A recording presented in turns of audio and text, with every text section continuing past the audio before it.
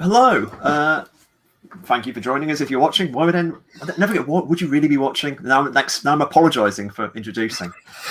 We are here as part of the Gauntlet gaming community with me in a slightly fey mood. I think we are playing Trophy Gold. We're playing an incursion I have written, which I've never ran for anyone before, called Boots of Red, and everyone has been very kind to join me in this.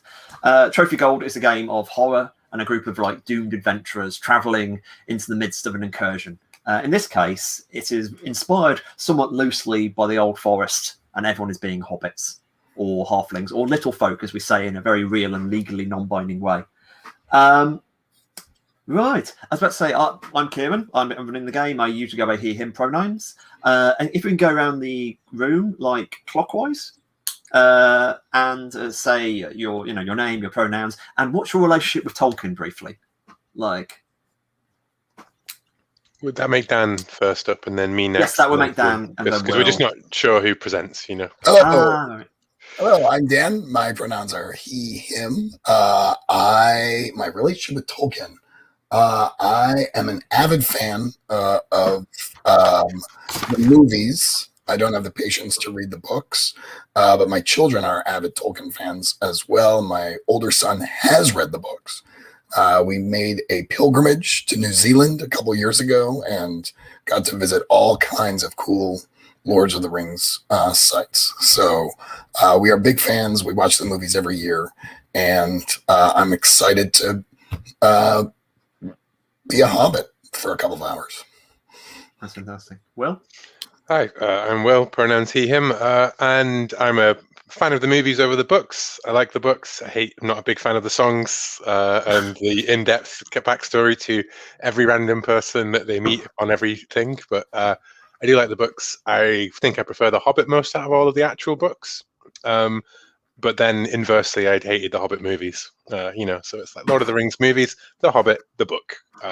And I'm a relative literary fancy nerd, so I know a bit of I've read Wikipedia articles on the Silmarillion. I'm never going to read it, that kind of thing. Right, Sabine. My name's Sabine. I use any pronouns. It's been a while since I've been avid Tolkien fan, but I read the books. I've read the Silmarillion. I've read the Lost books. I was a huge fan when I was younger. The first thing I ever ran as a GM was Rollmaster set in the Third Age of Middle Earth. So yeah, and I knew a bit of Sindarin, but that was way long ago. And Josh? Yeah, of course. Hi, I'm Josh. I use he, him pronouns. My familiarity with Tolkien is the movies, of course. I've read The Hobbit. I tried to read the Lord of the Rings novels when I was in middle school, and I did not succeed. And I have not tried again. I'm sure I would enjoy them if I had the time and the energy to actually read books instead of just buying them and letting them pile up next to me. But yeah, I obviously do have enough sort of pastiche knowledge of fantasy to sort of reconstruct the entire plot of Lord of the Rings, despite the fact that I've never read it.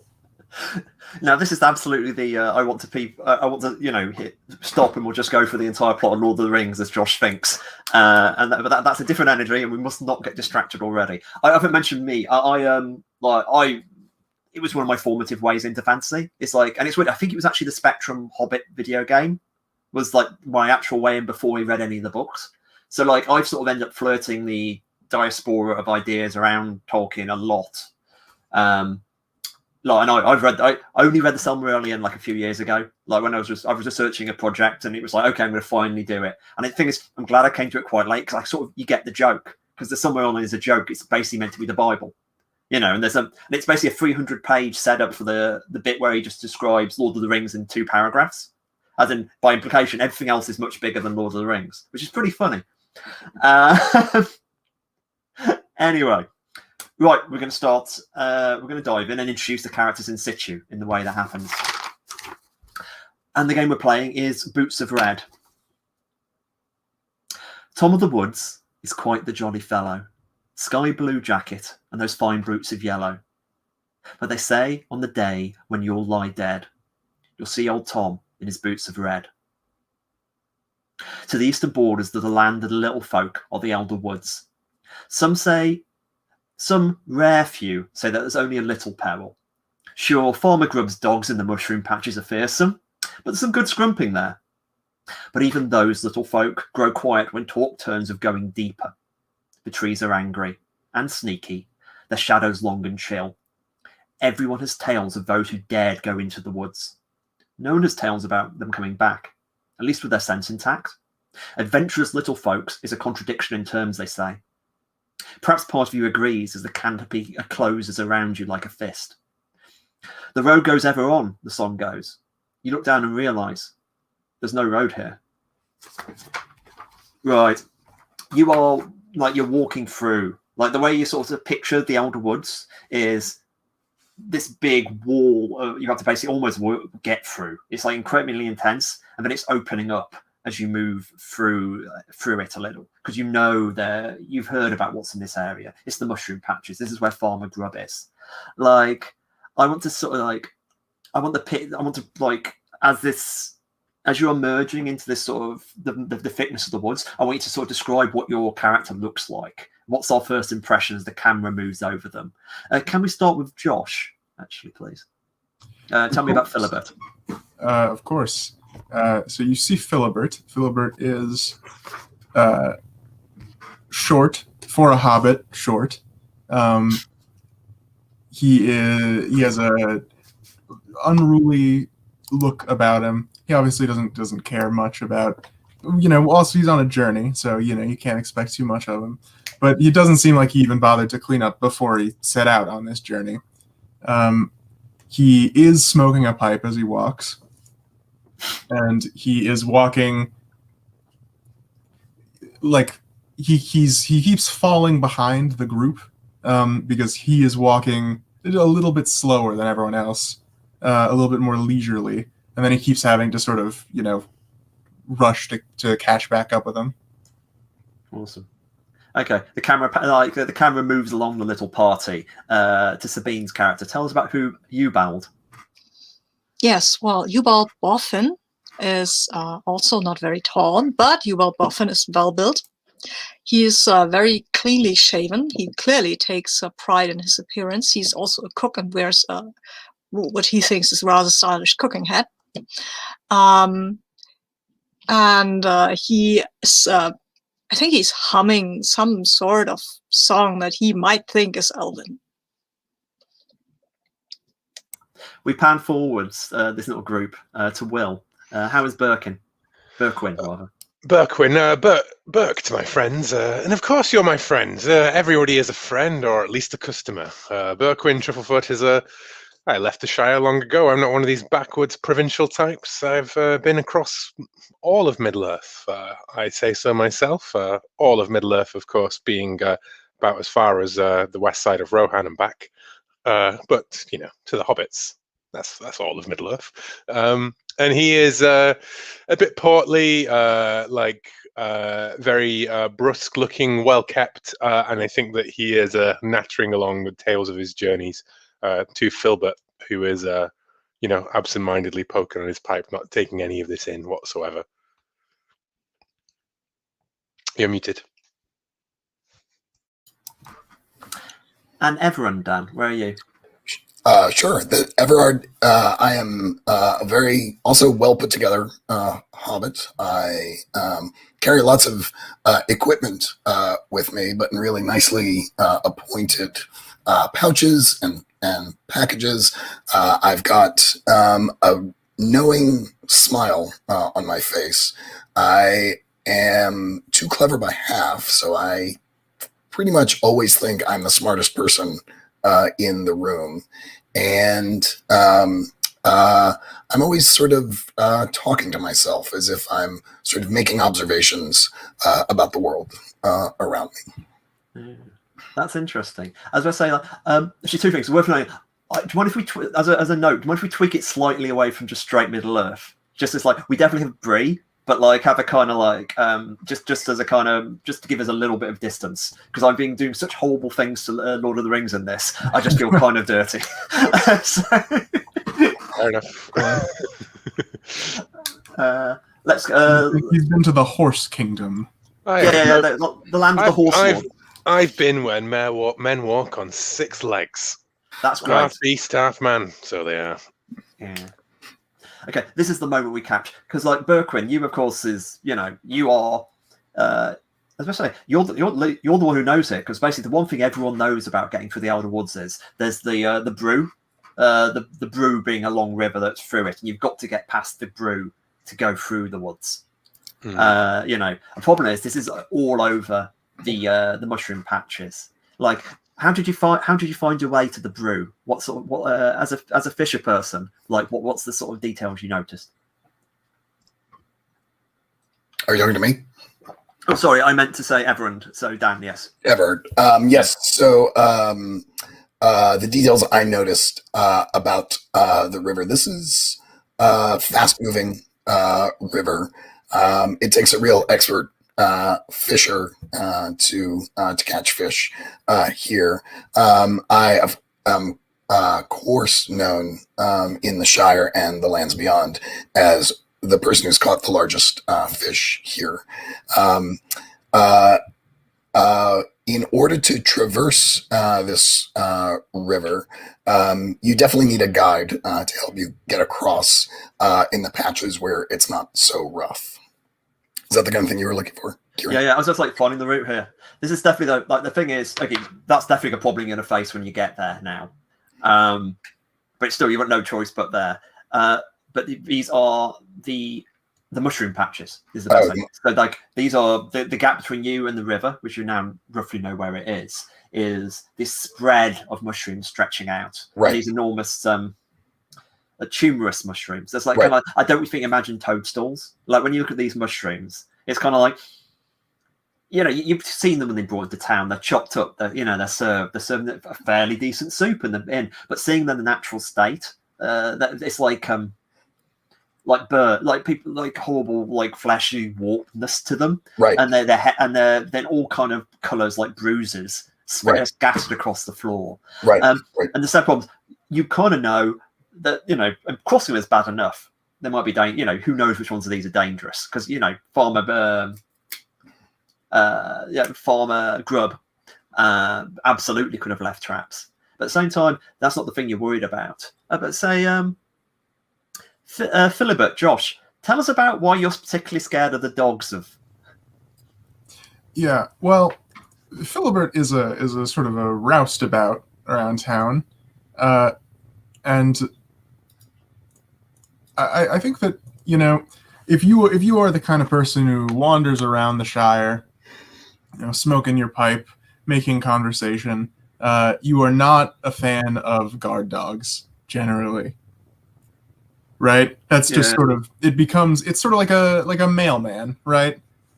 He goes from property to property, and I think he has been attacked or he's almost been attacked. He's very good at escaping, so he gets away normally, but he's almost been attacked by lots of farmers' dogs prowling fields, looking for sheep, stealers and such.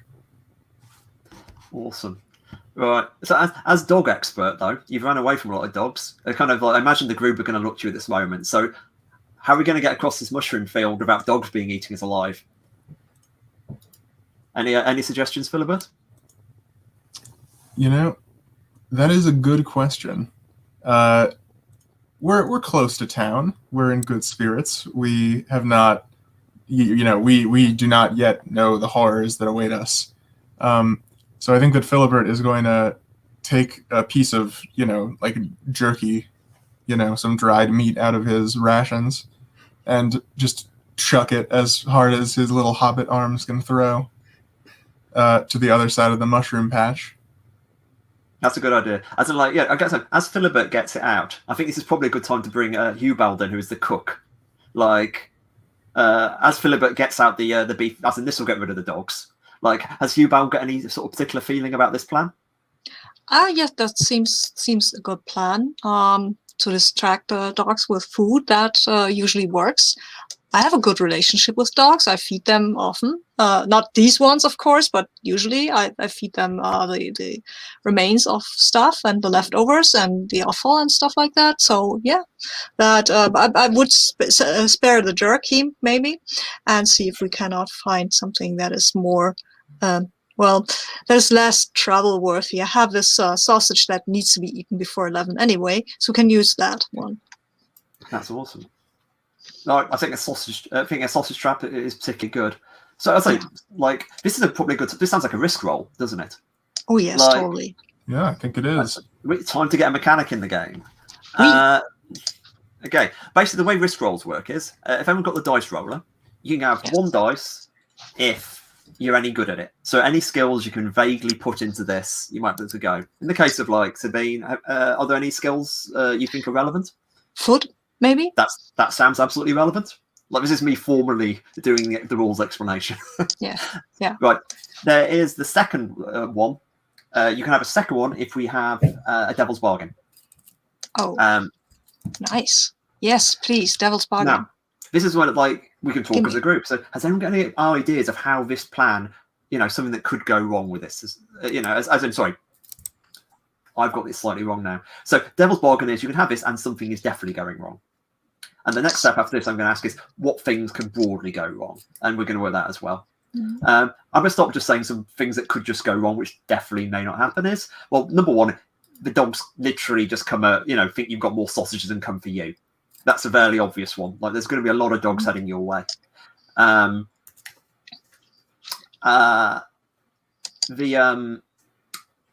anyone got any other ideas that might something else that might go wrong? Running into the traps that farmer has left around the field and being done that. Oh, I know, exploding mushroom. Yeah. Actually, right. So it's definitely that the running could always go wrong. It's like I was always going to do that as a different risk roll later as well, but that's definitely something else. Obviously, here's something else that could go wrong. Like the dogs come, but they make a lot of noise. So it's not like if you can get past the dogs, but it's of course that might be my suggestion for the devil's bargain as well. Yeah, like that would be a devil's bargain I'd be willing to take. Yeah. Okay, I pitched that. Has anyone got another idea for a devil's bargain that might be fun apart from loud, yappy dogs?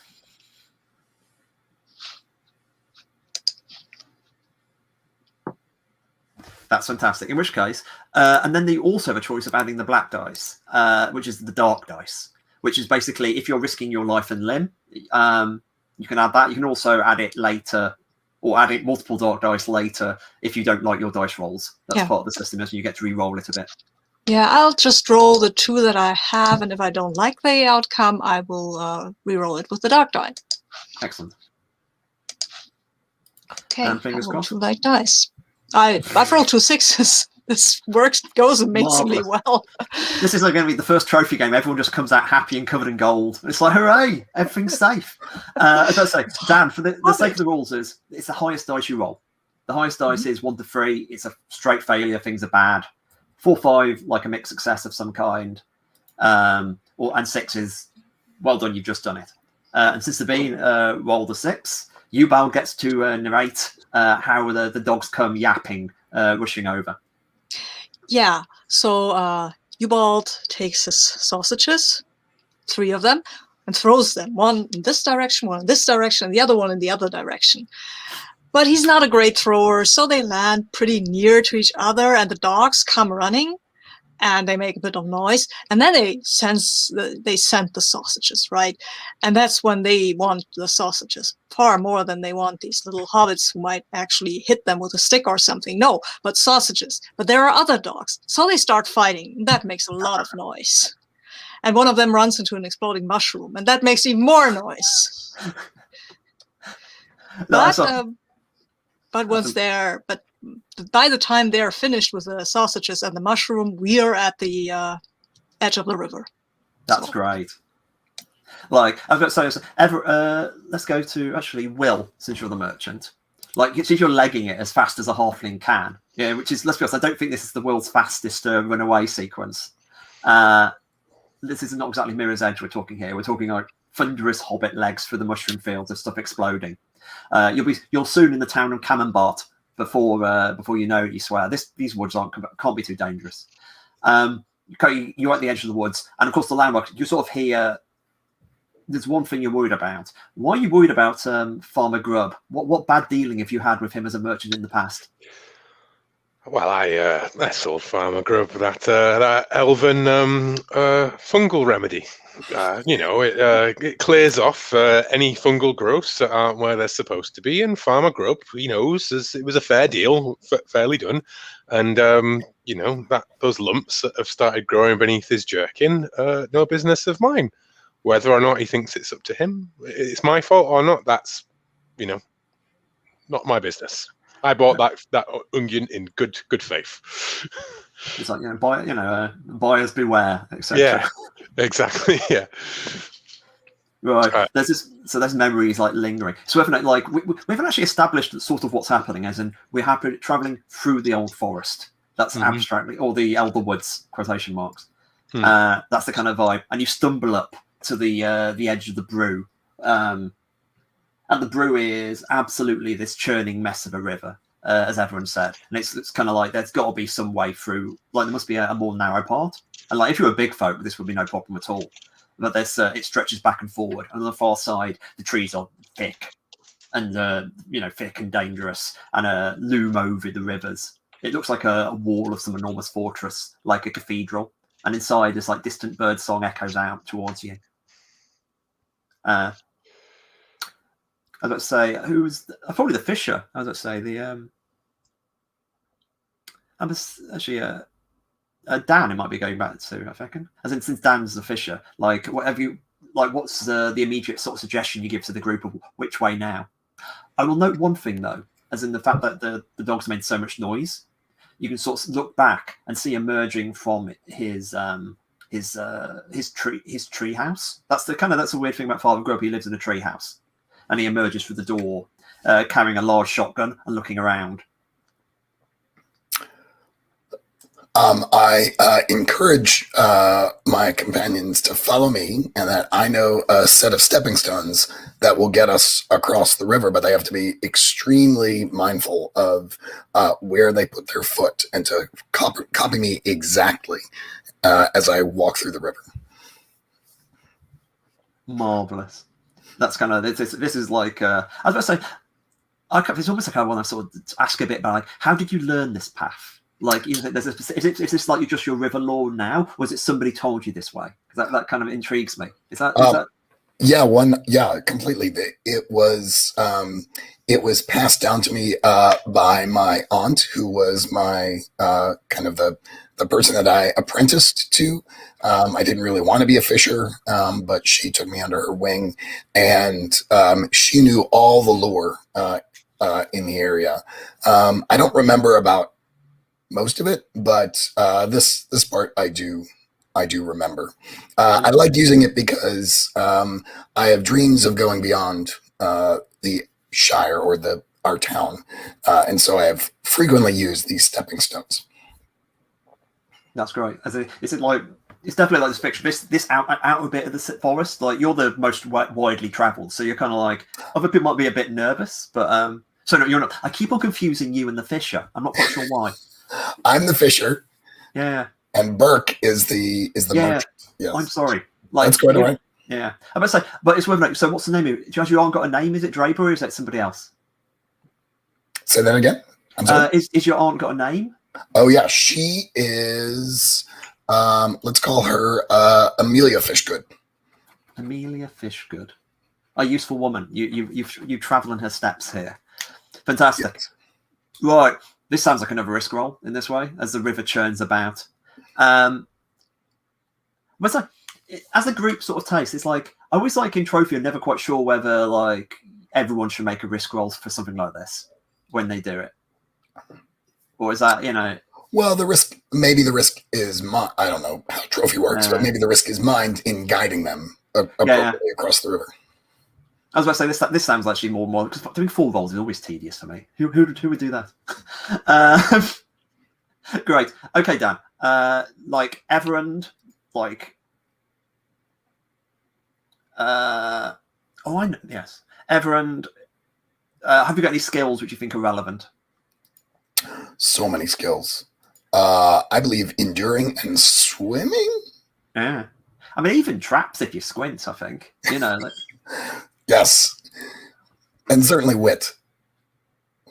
Yeah, exactly. Okay.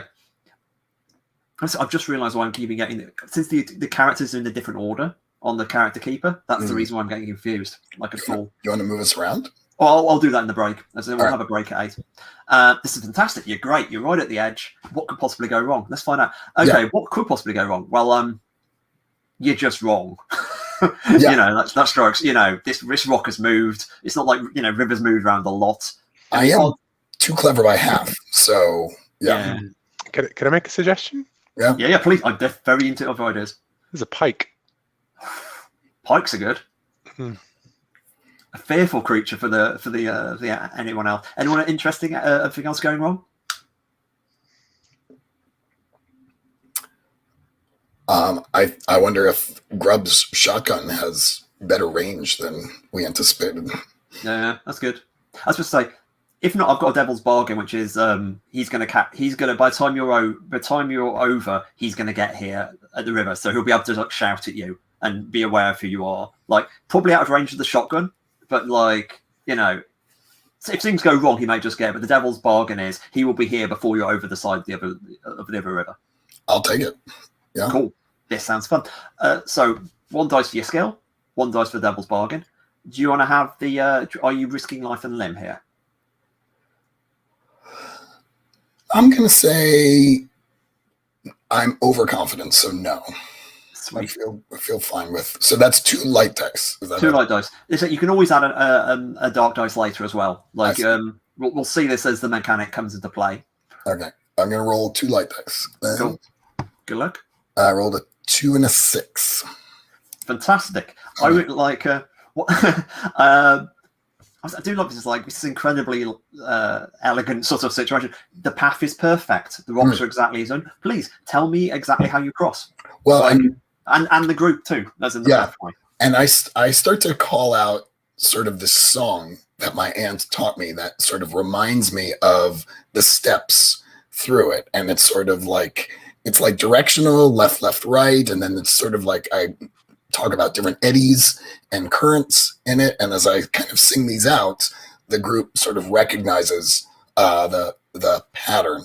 It's possible that I've led 1 or more of them across the river, and maybe they're also even a little irritated by the fact that I've shown them this before and that I insist on being very pedantic about this again. But I'm sort of singing out the directions and a light on the other side. And again, sort of in a slightly irritating way, I say, see, that wasn't so hard. That's beautiful. In my head, this is like a musical sequence. Like if we've got that kind of, you know, it's like 1, 2, 1, 2, and like everyone's singing, we're moving across. And this is like elegant hobbits. Yeah. I do love this. But of course, we're also crossing the river, so we're getting further away from home. So like I want to have like a focus on each of your characters thinking about like what's the thing they're thinking about leaving behind. Like this could be linked to your drive. This could be like kind of your and you know, some of you, this might be the farthest away you've ever been from home as well. Like not all of you are like weirdos like Berquin. You know, a lot of you are much more sensible hobbits. But fantastic. Actually, start with Josh, if that's okay. Can we tell us about Philibert? What's Philibert's thinking as they kind of glance back on the last step? Yeah, Philibert hides his face, right? He sort of sees as he stumbles across the last stepping stone, and he realizes that they're being yelled after. Because I think that he's gotten in trouble with the farm before.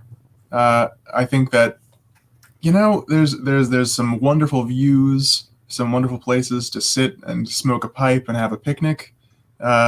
And, you know, maybe take a couple mushrooms and enjoy those as a, you know, look, they're on the ground. He's not using them. Yeah, maybe a squirrel would eat them if Philibert wasn't going to, right? So Philibert is like turning away immediately and he covers his head with his hood. That's great. I was gonna say, what's something I want to know about, like the town we've left? Tell me about what does Meadowdown Hall look like? What's the thing everyone's jealous about Meadowdown Hall? I think that Meadowdown Hall is. I think that everything in Meadowdown Hall, it's was designed by a little folk architect, who studied in a foreign kingdom, right? He was a very adventurous man, right? So I think that Meadowdown Hall is actually human architecture, but scaled for us. That's really nice. Which is very, very unusual in the village. Yeah, I would say, imagine owning a place like that. That would be amazing. Right, Sabine, what about Ubald? What's Ubald thinking? Oh, Ubald is missing the kitchen and the oven and the smells and his wife Birdie and yes, he's always missing them so much. His kitchen, and he had a little dog, but he left the dog with Birdie because she had to have some company, right? But this was his chance to go and see the elves. So who could resist that, right? I mean, what have you heard about that? What's your thing about elves which you're most looking forward to? Oh, they are supposed to be beautiful and magical and kind and lovely, and they sing. They sing like the stars. It's cool. I imagine like the camera panning up as like the soaring moment. It's like the start of The Sound of Music. That's the kind of shot of Ubald we're getting right now. Yeah. As they kind of make his way across the thing. And he still misses Birdie. Like what about Berkwin? What does Berkwin think is we're leaving behind? We're leaving behind my customers. I bring things from abroad, but I know they will be there when I return.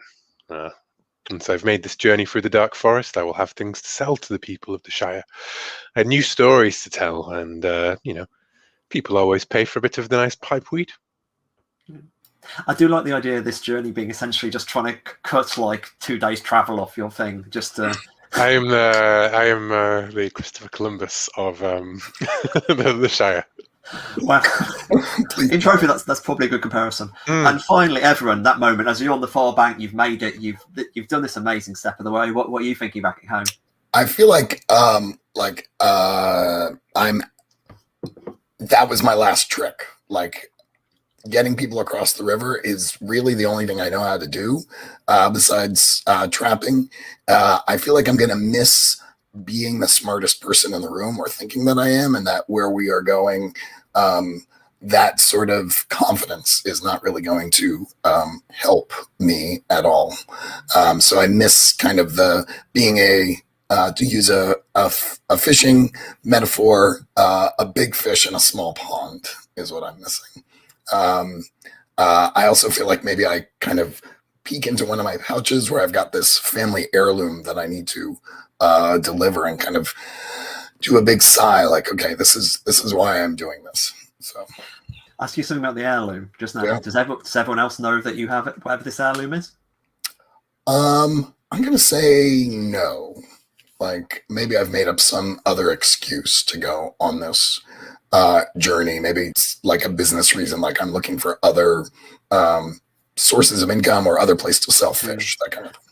Yeah, as a kind of a thing of the group, like if anyone ends up suggesting, because we've left this open, the reason why you're justifiably making this mission, like if anyone has this sort of thing, feel free to suggest one and rope other people into it, because we only really need one person to be making the mission and everyone else with them. So I'm very up for the group finding the reason why you're actually making this, frankly, ludicrously dangerous mission.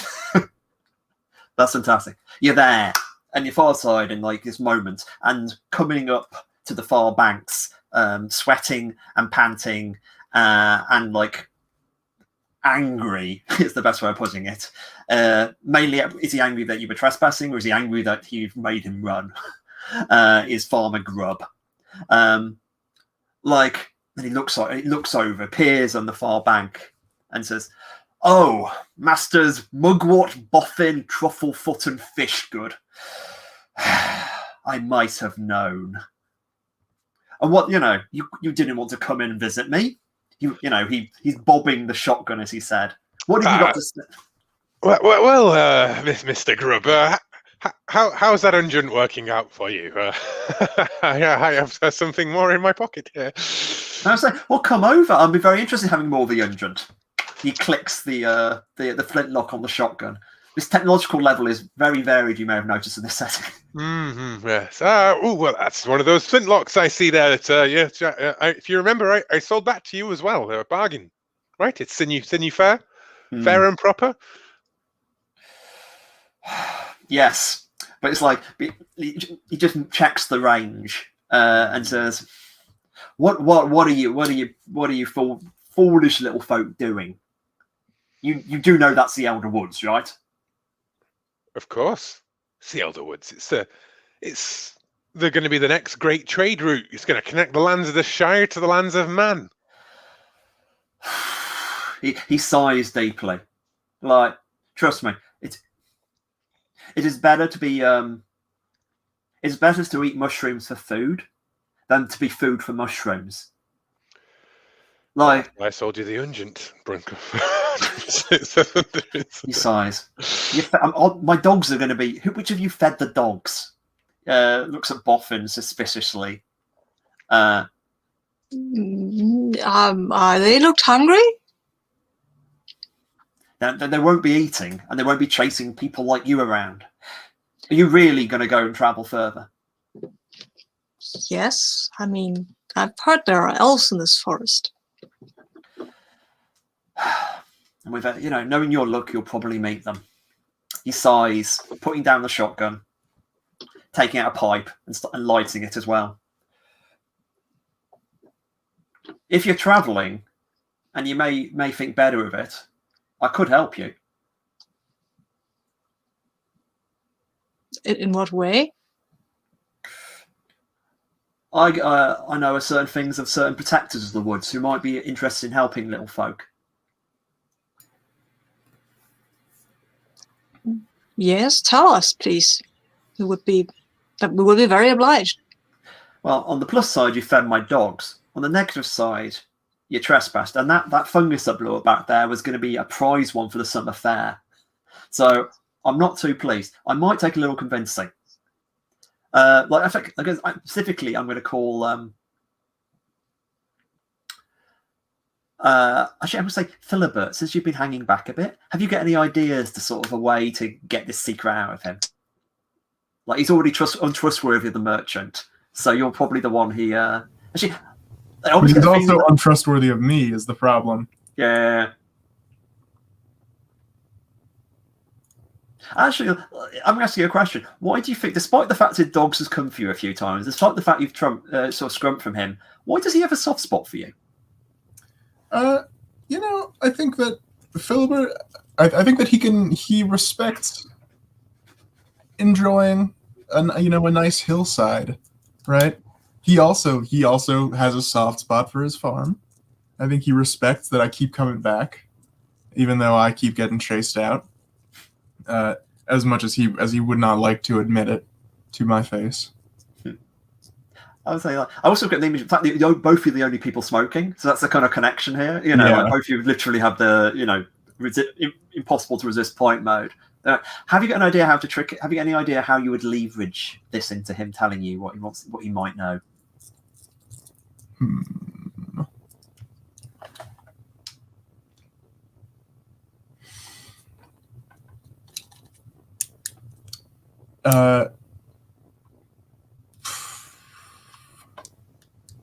I think that Philibert would offer. You would say, "Oh, come on! Look, a mushroom that ripe wasn't going to last until festival. It was going to burst one of these days." And frankly, I think that if the sausage hadn't bursted, then a bird would, or a squirrel would, or one of the dogs would. Please. We're going on this journey. We just like a little bit of help, and as he's doing this, he is smoking like a chimney, and the smell of his very expensive Meadowdown Hall tobacco is he, it just reeks of pipe smoke around him at this point. And after he finishes that little like weasel, he takes the pipe out of his mouth and he offers it to the farmer. He said, "You like a?" I say they're the opposite sides of the river, so it's going to be like he's sort of gesturing whether you want that, but like yeah. He doesn't actually. He just sort of raises it. Like, he says the heir to the heir to Meadowdown Hall.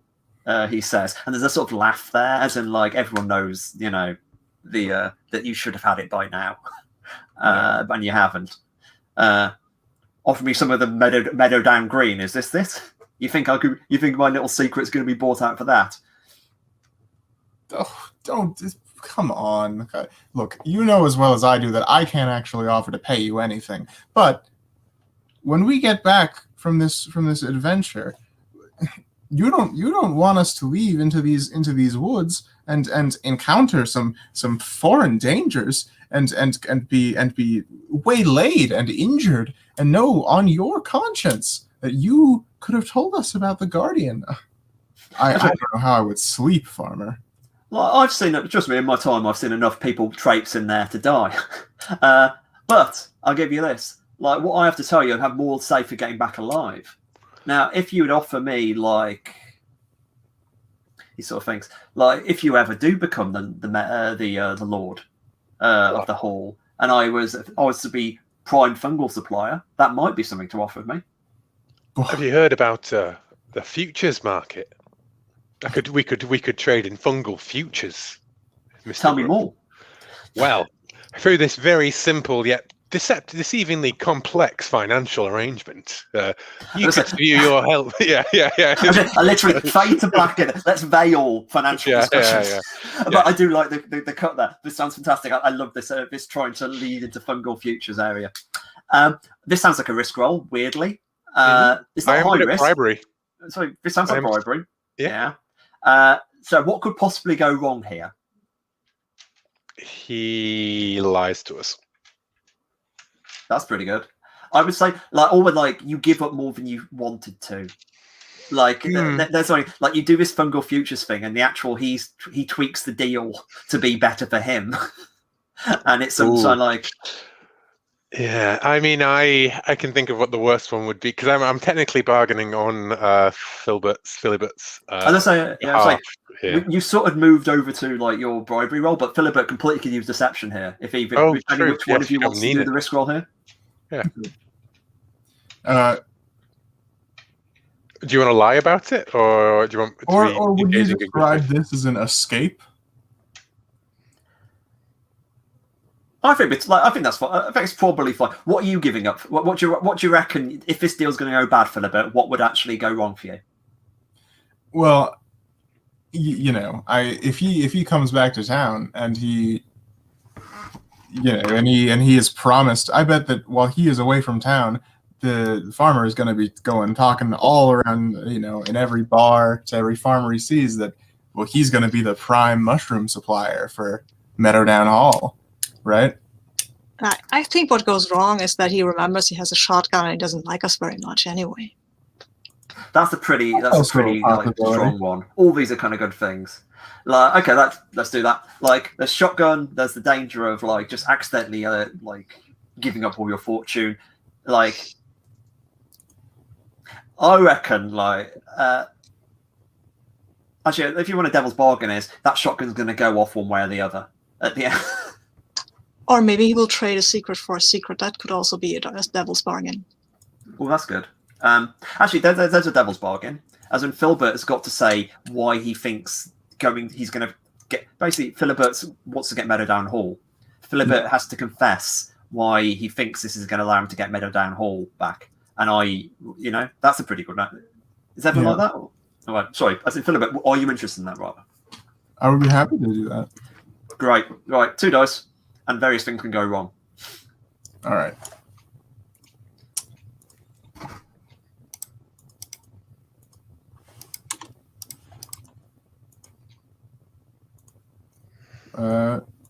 I think I have to reload the dice roller. I keep getting disconnected from the dice roller. How weird. Weird, I saw it roll, though. Was a 3 and a 5. Did you? Oh, it did roll it. Yes, 3 and a 5.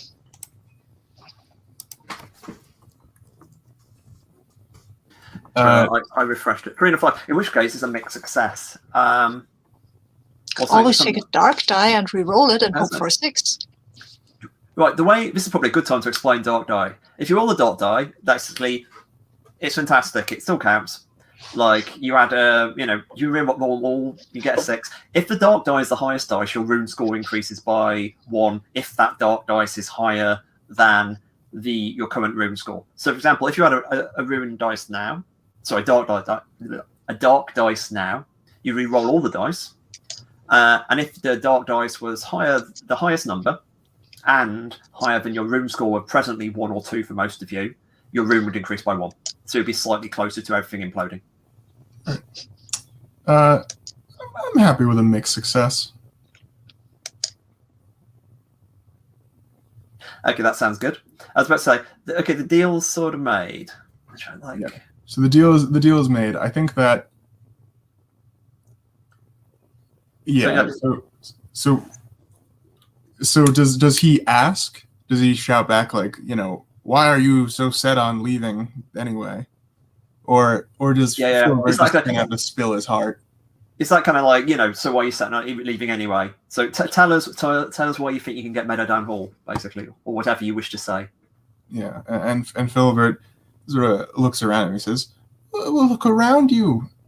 All of this stuff, we made it. It's all ours. And Meadow Down Hall is a big folk design. I need to go study there so I can pick up some souvenirs, so I can really understand the place before they'll finally let me actually take ownership of it, like I should have had 15 years ago." You think you can prove yourself? That makes sense. And he pauses. I'm saving the mixed success for like the end of this scene, just for those who want to know. And he goes, that makes sense. Go and prove yourself. Well, I guess if you're going, this may be of some use. And he says, so I better teach you all the song of old Tom, better I? Listen closely. I'll say it once and try to remember. Before we get into it, is there anything anyone wants to check in about? Any thoughts or like anything anyone wants to voice?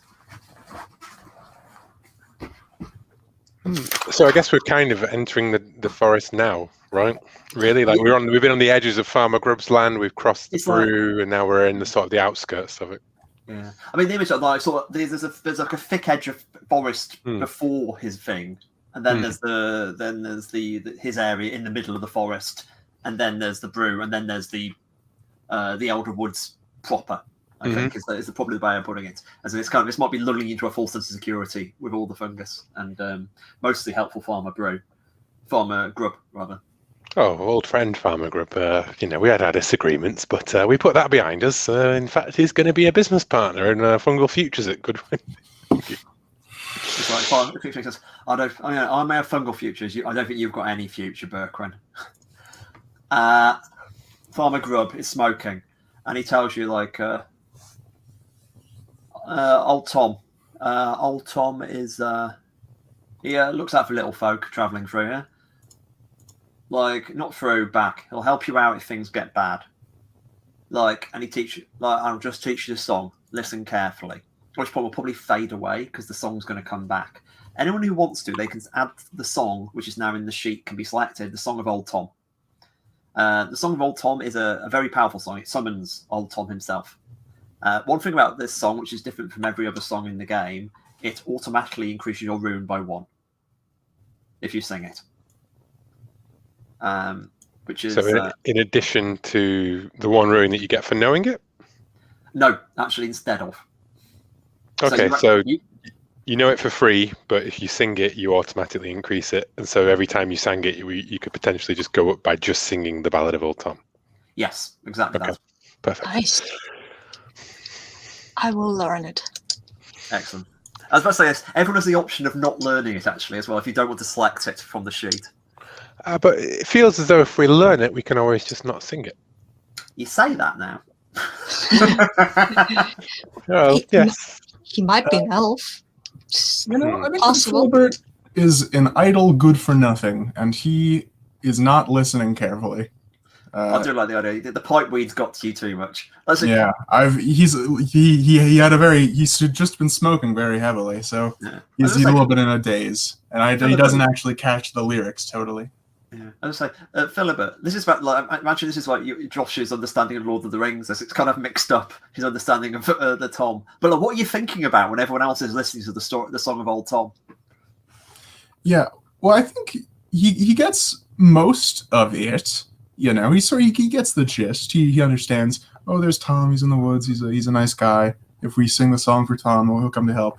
But he just sort of, if the rest of them start singing, it'll be sort of like, you hear a song on the radio and you remember a third of the words. So, Right, great.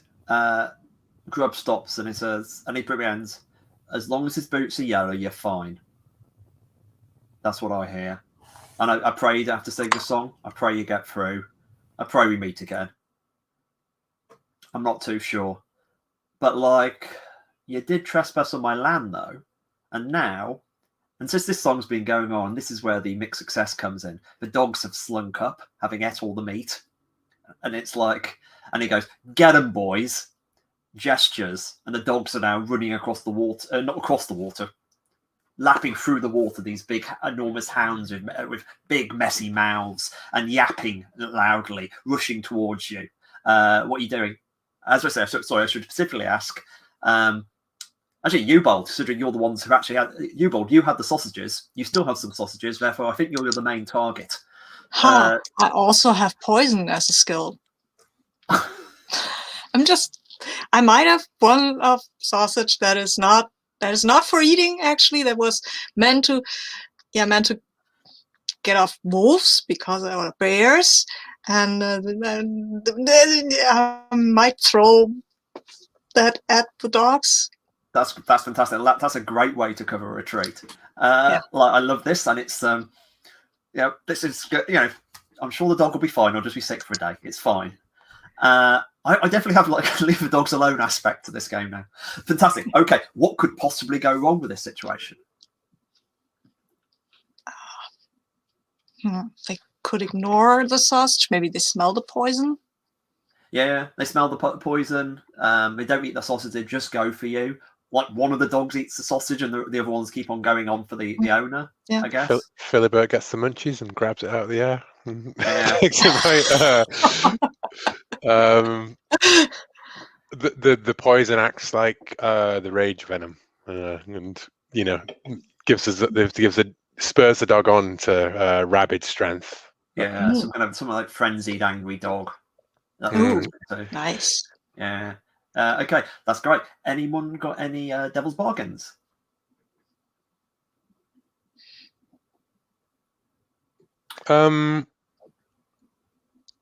I don't know. Devil's bargain, throwing the sausage. Either that it just takes time, and it leaves you exposed, or that you have to cut yourself. Fresh blood dogs go for the blood sausage, to make sure that they go for that rather than you. Actually, I've got one for you. That's quite simple. Like a simple one is like you're out of sausages. Like this kind of like feeding the animals is the end of your feeding the animals adventure. Yes. Yeah, okay, I'll take that because I can't have unlimited sausages anyway. That's right. This game just comes to basically a serving animals sausages game, which would be no. I can't make. Maybe if the dogs are dead, well, no. Let's not go into that. Let's go get away from the dogs. Yes, excellent. So that's 2 dice, unless you want to risk your life and limb at this point. No, I feel my life and limb is too important to risk it. Yet we'll see how that roll goes, though. It goes well. Sorry. Sadly, it goes very well. I'm sure at one point the rune system will enter here. But not yet. Fantastic. Okay, let's describe the sausages from the air, please. Sabine, tell us how this shakes down and you make your escape. Okay, so Yuval takes out. He's a bit nervous about the whole thing, so he doesn't take out just the one poison sausage. He takes out all the sausages just to be sure, right? And he throws them at these huge, slavering, incredibly dangerous hounds. And as before, the hounds fall onto the sausages, fall over each other, and at least one of them grabs the poison sausage and eats it, and then starts. We don't see the rest of it because we'll veil the whole thing, but there are some pain-filled yips as we escape amidst the snarling and barking. So, yeah, it probably worked. It's like, I mean, like the laughter and excitement of hobbits as you escape, because this is quite invigorating. This is really exciting. I imagine there's the kind of, well, this isn't that bad. Ubald is not to. He threw all his sausages, and it wasn't even 11's, right? And what are we going to eat now? So what are we going to do for second breakfast is actually the most disturbing yes. thing facing the group, and I'm into that. Exactly. Okay. That I threw away food at these dogs. No, I'm not laughing. This is horrifying. This is horrible. This is and of running and I'm a hobbit. I'm not a cross country runner person. Okay. Like, this is fantastic. So leave the sort of pan out from the hobbits distressed running for the woods, and we're gonna next time we sort of fade back to them, they've gone deeper into the Elder Woods now, and things have changed. This is it's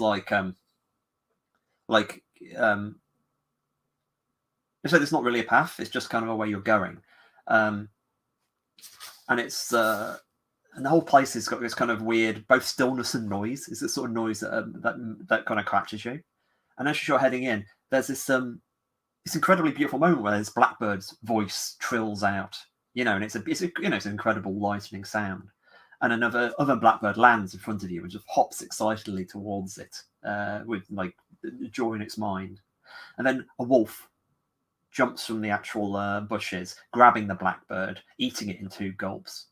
The wolf turns to you, looks at you with calm eyes, opens its mouth as if to growl, but there's only a beautiful blackbird trill emerges. And then the wolf hops away into the bushes and is gone. Things are different here. You move on. You're battling through the thick trees. This is like a pact, like as if a travelling bard, a famous travelling elvish bard, had arrived in the local pub, and all the bodies are pressed together, and you're working your way through here.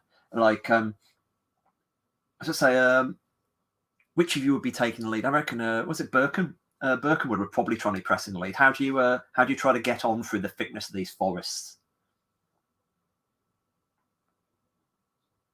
So no worries. I just struggled to find the mute button for a second. How do we struggle to get on? I think I struggle because I'm carrying a big heavy pack, and it keeps getting caught in everything as we go through.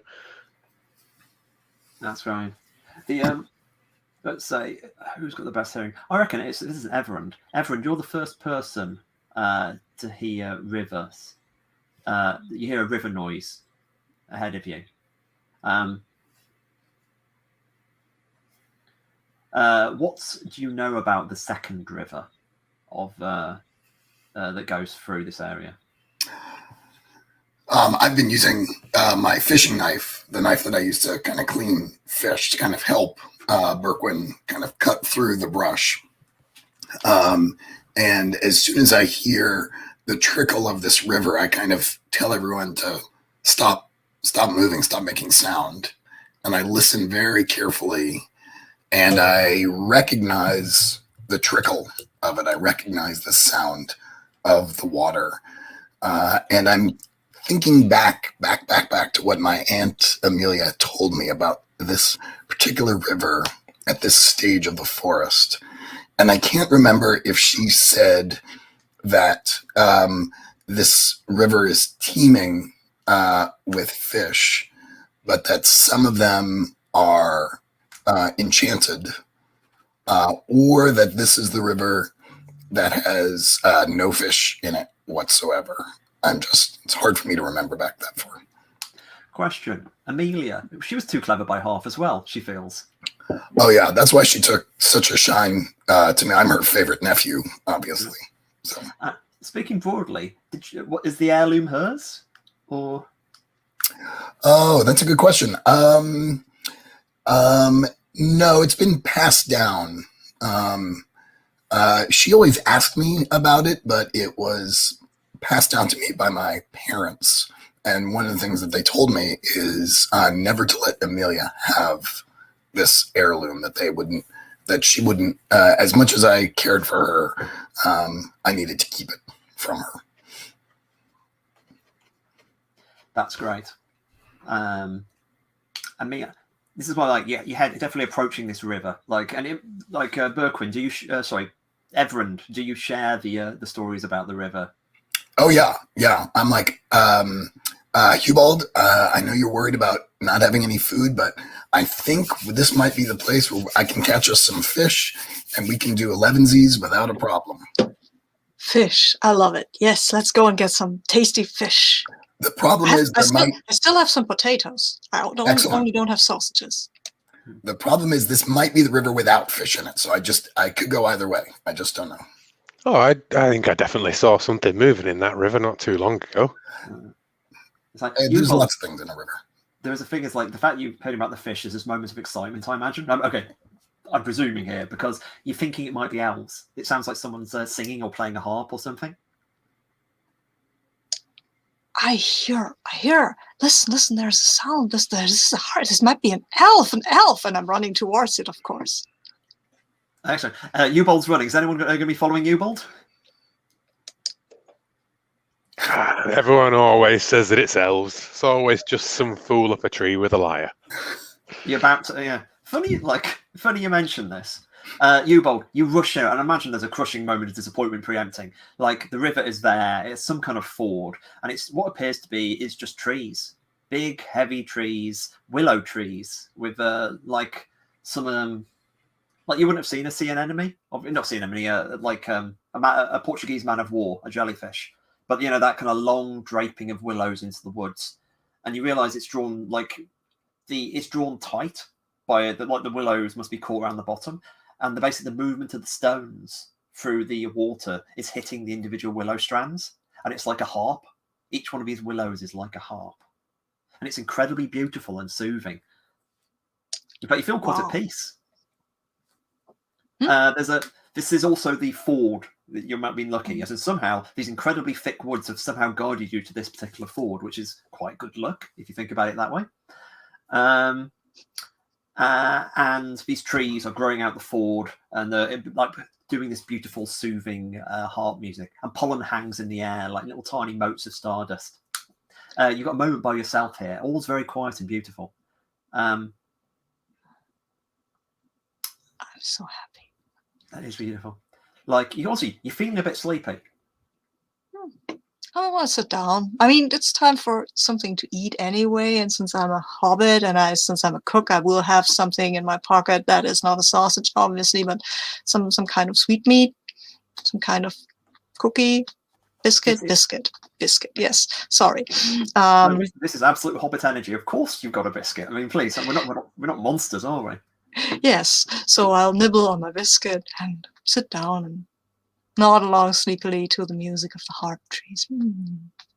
That is kind of beautiful. Like, I'm about to say, you're feeling a bit drifty. Maybe you want to have a nap. Do you want to have a nap now, or do you want to try to shake it off? Oh no, and having a nap now sounds like a good idea. That sounds like it's just drifting, and it's just like everything's very soothing. Mm-hmm. And in your dream, you're doing this wonderful thing, and this soft voice, Rowan. She says, "I'm Rowan. I am here. Thank you for coming. Welcome. You're welcome here. A true believer. Welcome."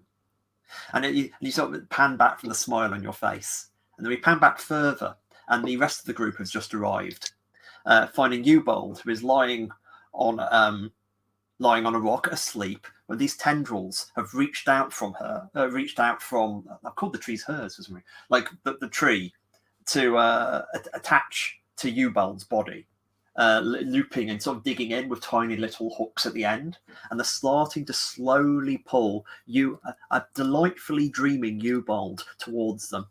I reckon who's first? I reckon Philibert is probably the person who's weirdly sharpest, because everyone else has got all the songs in their minds, and Philibert might be the person who first. And like, what would you do, Philibert? Yeah.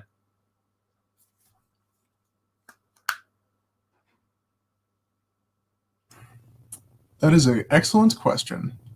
What does Philibert do?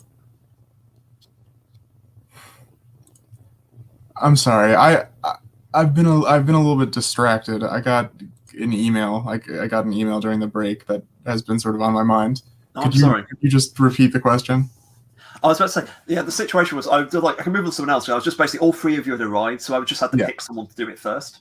So that kind of like the situation is, Ubald has been grabbed by the tendrils of one of his willows, and it's dragging him towards the waters and the rocks around the edge and the ford. And all three of you arrived, and seeing this is frankly uncanny thing happening. Like maybe not as uncanny as the wolf you just saw, but still pretty creepy. Yeah. Well, I think that Philibert sort of snaps to attention. He usually is a very sort of relaxed looking man, but he sees this and he, runs forward to try and grab Hubald, by whatever limb is not ensnared, and pull him back to the safety of the not magical trees. That's fantastic. I'll leave you put you're rushing forward, you're trying to pull a Ubald. This is definitely a place we can go for a risk roll. We want unless anyone's got a bigger plan they want to do immediately, this is definitely a thing. Or people can roughly join in with just as a visual. Like Berkwin, Everand, again, anything particular? I think I'm just joining in with the, stopped and then wait, what's that? And then starting to hear that song, and then Philibert stinking a pipe weed just comes in and sorts it all out, kind of thing, was spurred to action. That's great. I was about to say like Philibert, this sounds fantastic. This sounds like a risk roll. Have you got any? So, what your aim is basically to free Ubald from this awful tree that's maybe it's friendly. Maybe it's friendly, but Philibert, from Philibert's experience, when the thing closes around your limbs and starts dragging you, kicking and screaming into the woods, that's when he escapes. So. So Philibert is skilled in escaping. Yeah, I reckon. I think we can allow that. He's used to sort of squirming out of sleeves when they get caught by a upset property owner. So that's fantastic. Okay. So he sort of. I think he's going to. He's specifically pulling to try and rip the Hubert's shirt, which the elm has actually clung onto. That is his escape knowledge. Yeah, I was gonna that's we're heading towards what could go wrong, but that kind of one of the things. There's sort of two basic levels of what could go wrong, and what could go wrong is the obviously someone else gets grabbed. Is the logical one, but also Ubald gets hurt in the process, so it's dug into his skin, so it's torn out some flesh as well, that kind of way. Anyone got any ideas that anything else could go wrong? Leaves a seed in his flesh. Ooh, I like it. I also I'll give you another something else could go wrong, that we get as far as the water and then one of the magical fish makes himself known. Did we already suggest Philibert also getting tangled up? Oh yeah, definitely. Okay. More the merrier. I mean, is everyone helping or? Oh yeah, Everard has a knife in his hand, and he sort of has this moment where he's starts to come after the tendrils with the knife, and I feel never know what's going to happen when you cut something open. So. Well, that's good. Well, I think we'll save that for a second action if things escalate. Things will escalate here. You've got a load of trees and magical fish and needed Ubald to deal with. Right, this sounds fantastic, Philibert. So, okay, Devil's Bargain. Well, there will be a seed inside Ubald no matter what happens. That sounds like the sort of thing that I think that sounds great. Yeah, exactly. For those if anyone's actually watching the video, Ubald expressed in chat about getting the seed, so it's not me jumping on anybody. Yeah, I suddenly realised that was not strictly, etc. I'm very pleased to have the magic seed. Right, 2 dice. Are you risking life or limb here? So you 2 dice, so 1 for the devil's bargain, 1 for escaping. Are you risking life and limb? Not yet. I must say, is it the sort of thing like this is a clarity in trophies rule? Do I get, because I feel that you are risking life and limb because you're wrestling with a tree. Yeah, that's fair. I think that frankly, I am certainly risking life and limb fighting with this magical tree. Yeah. Okay, fantastic. So 2 light dice and 1 dark dice. Okay. All right. Well, on the bright side, it's a mixed success. On the bad side, the dark dice is highest. Unfortunate. I do not actually see this result, but when I reloaded, I saw it the last time, so I'm going to reload again. Hopefully, I'll see it. Yeah, it's a 4 and a 3 and a 2. The bad news, the fact that the dark dice is highest means you can't reroll. I do see. But Liveran is still a success. All right. Just not. And my ruin increases. Yes, your ruin increases by 1. Okay. Also, we have you'll have a condition, and well, basically, if you mind, I'll put a pause on the condition until after this shakes down. Like the condition I've just realised I want to give you, it's definitely better after this. Yeah. So at the moment you think everyone's going fine. Like I'm gonna say what's going wrong. You've got Ubald. You get Ubald free. I reckon that's the thing, definitely. But Ubald's hurt quite badly. Like I say, there's quite a lot of blood. Like there's blood going everywhere. And the second the willows, like they all snap back, like as if the tension's broken. I said before it's like a harp. That's very much the vibe. You've like cut the strings on a harp and it flies back. There's a kind of an awful twanging noise. And it's incredibly sad, this noise. The idea this was a beautiful musical thing and has been disrupted. But Ubald is there, bloody, in Philibert's arms, and still asleep. I'm still asleep, okay. Yeah. Like you're now basically quote unquote dead weight. But no. Okay, I was about to say. So, like, Everund was the one with the knife out. Like, they appear to be free, and it's like you've still got this. This is basically the way through the river. It seems. It's like, are you going to just have to press on with this, or what's your next move? I feel like it's on me to look for a better place to cross the river. I worry that crossing here will just expose us more to these willows, to these creeping willows. So I'm going to look for another place, look up and down the bank to find another place to cross the river. Well, my old business partner Draper, he used to say that he'd cross these parts, and there'd be there was a fallen oak across the river somewhere that you could use. I never quite knew which way he was. He said something about the side the moss grows on or whatever, but I don't know where. Yeah. Tell me about Drapery. Tell me about how you, like. Tell me about what you know. When I was like the flashback to that we're showing on the screen of Drapery telling you this. Where is Drapery when he's like? Tell me about what they look like. What they're saying. Well, Drapery, he was bear of a hobbit, stood a whole 4 feet tall. And he led me out the Shire. He showed me that there was more ways of making money in your way in life than just tending farm or out like that. You could bring stuff from the outside and back. Fortunately, his leg, before our last journey out, and he was always going on about how we could make more money if we could get just through the forest here and cut straight through. We wouldn't have to pay those buggers in Camembert the toll for the price to go through if we went through these ways. And everyone said that his leg healed up faster than he thought, and he, without anything else to do, decided to blaze a trail, and he never came back. I like it, and I do like this is all about like the avoiding taxes in a town. This is the most relatable information. Right, we pan back to the moment. Maybe we can find out whatever happened to Drapery when he went missing. Right, Everund, we're going to try to find a path down the river. Yeah. Like, have you got any relevant skills? I was about to say, like, if Berkwin does have a relevant skill. So it's like, and the fact he said the thing about the moss. So if you'd rather him do the risk roll, that also works. But like, if everyone's taking the lead, I suppose everyone is taking leave. Sorry, you said it was. Like, ignore Yeah, me.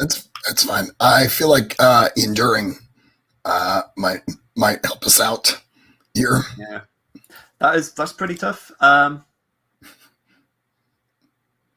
And his knowledge of fishing, or I guess he doesn't have actual knowledge, skill of fishing, but swimming to kind of check where the river is not so rough. Yeah, I should change that to fishing. I reckon.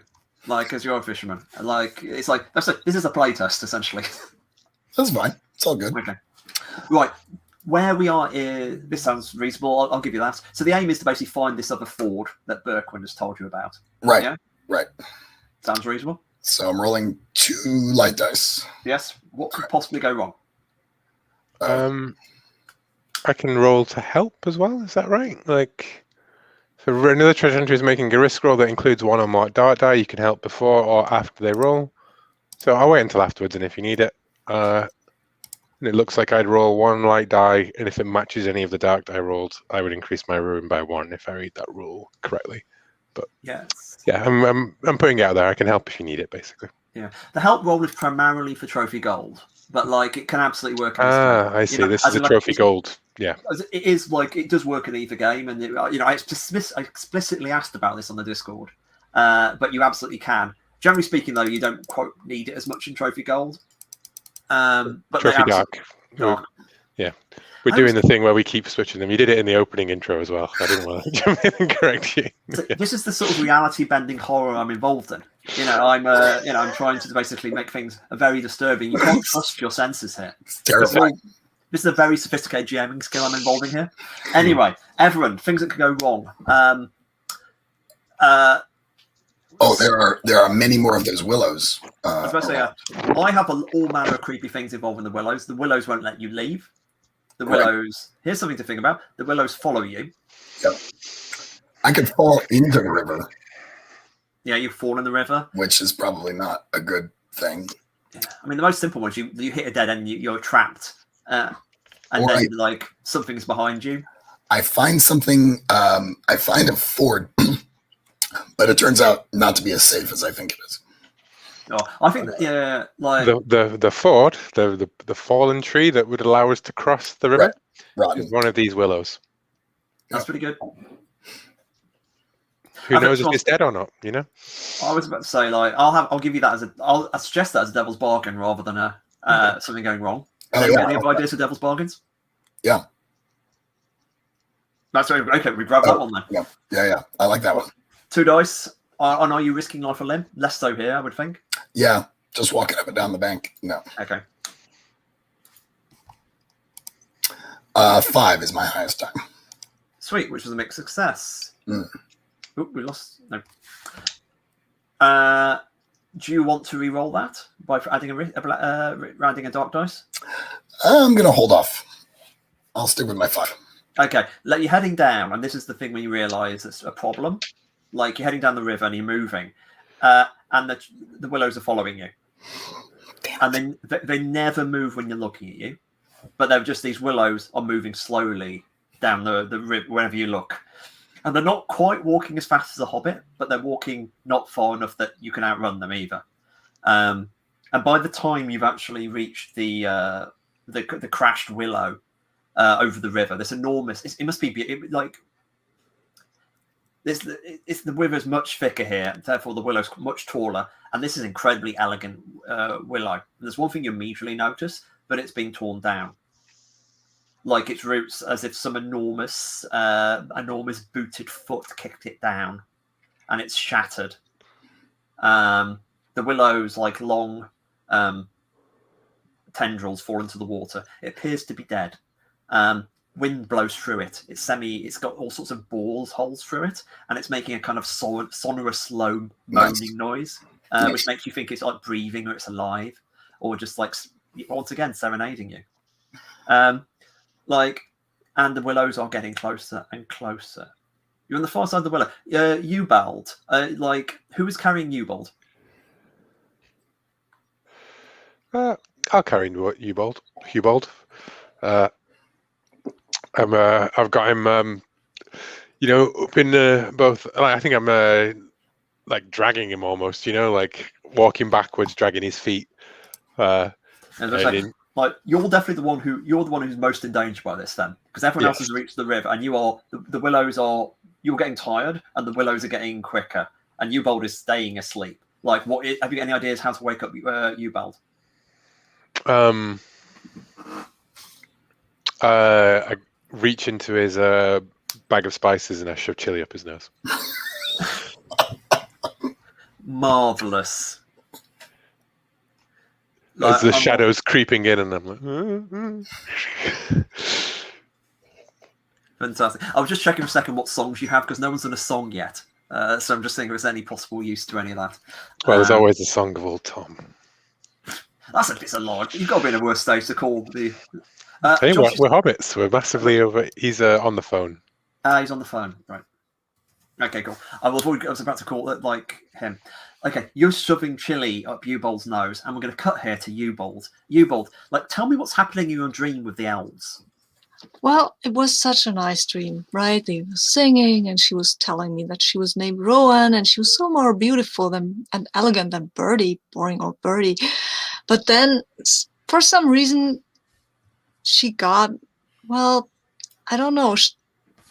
She was very constrictive. She was telling me stuff, and she was telling me to do stuff, and I didn't want to, and I couldn't move, and it became very creepy, and it didn't stop. It started to hurt, and it started to really hurt, and I'm telling her, but she didn't stop. She wouldn't stop, and then suddenly something was wrong with my nose. I was about to say, just as that hits, there's actually all the voices go. It's like Rowan's been torn away, and the voices grow suddenly cacophonous in your ear. Like there's thousands of trees shouting, and they're saying, "One of us, one of us, one of us." Join the chorus. The chorus, we can sing together. All the voices are needed to sing for her. Like not all the voices are not enough for her. And then we hard cut to Berkwin, who have stuck up your nose. Is this a risk roll?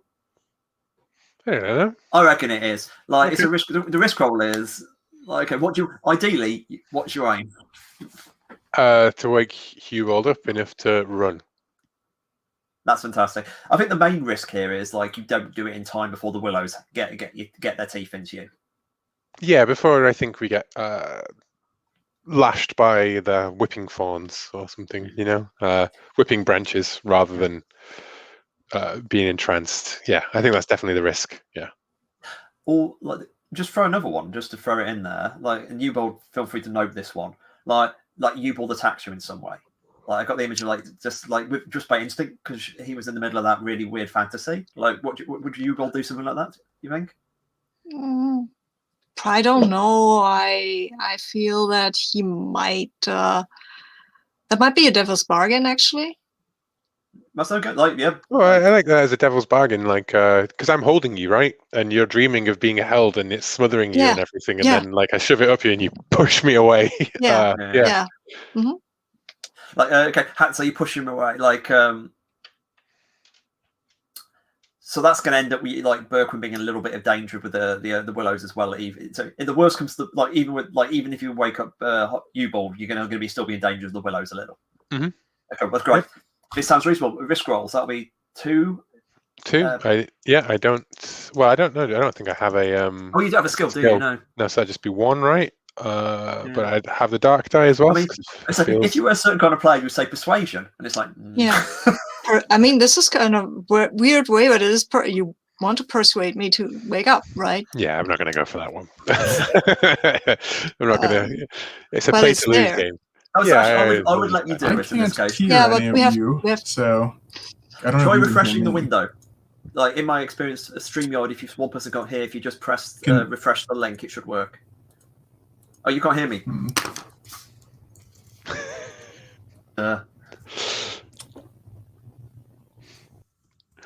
There we go. Everyone always does that. Everyone always starts talking to the person who can't hear them. Maybe they can lip read. Maybe with. No, here. Thanks. Sorry about that. I got a call and I had to figure out what that was going on about.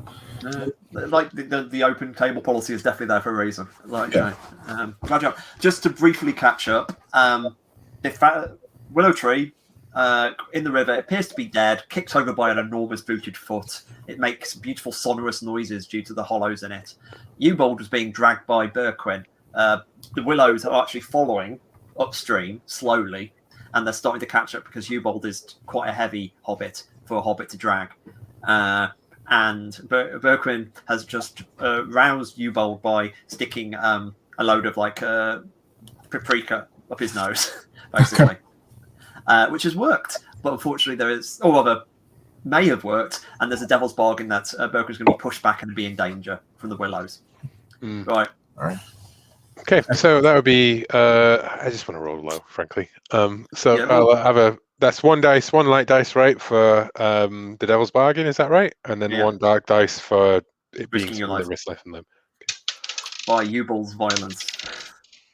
Cool. That is a 3 on the light dice and a 1 on the dark dice. So Well, that's a fail, unless you want to add an extra dark dice and re-roll the whole lot again.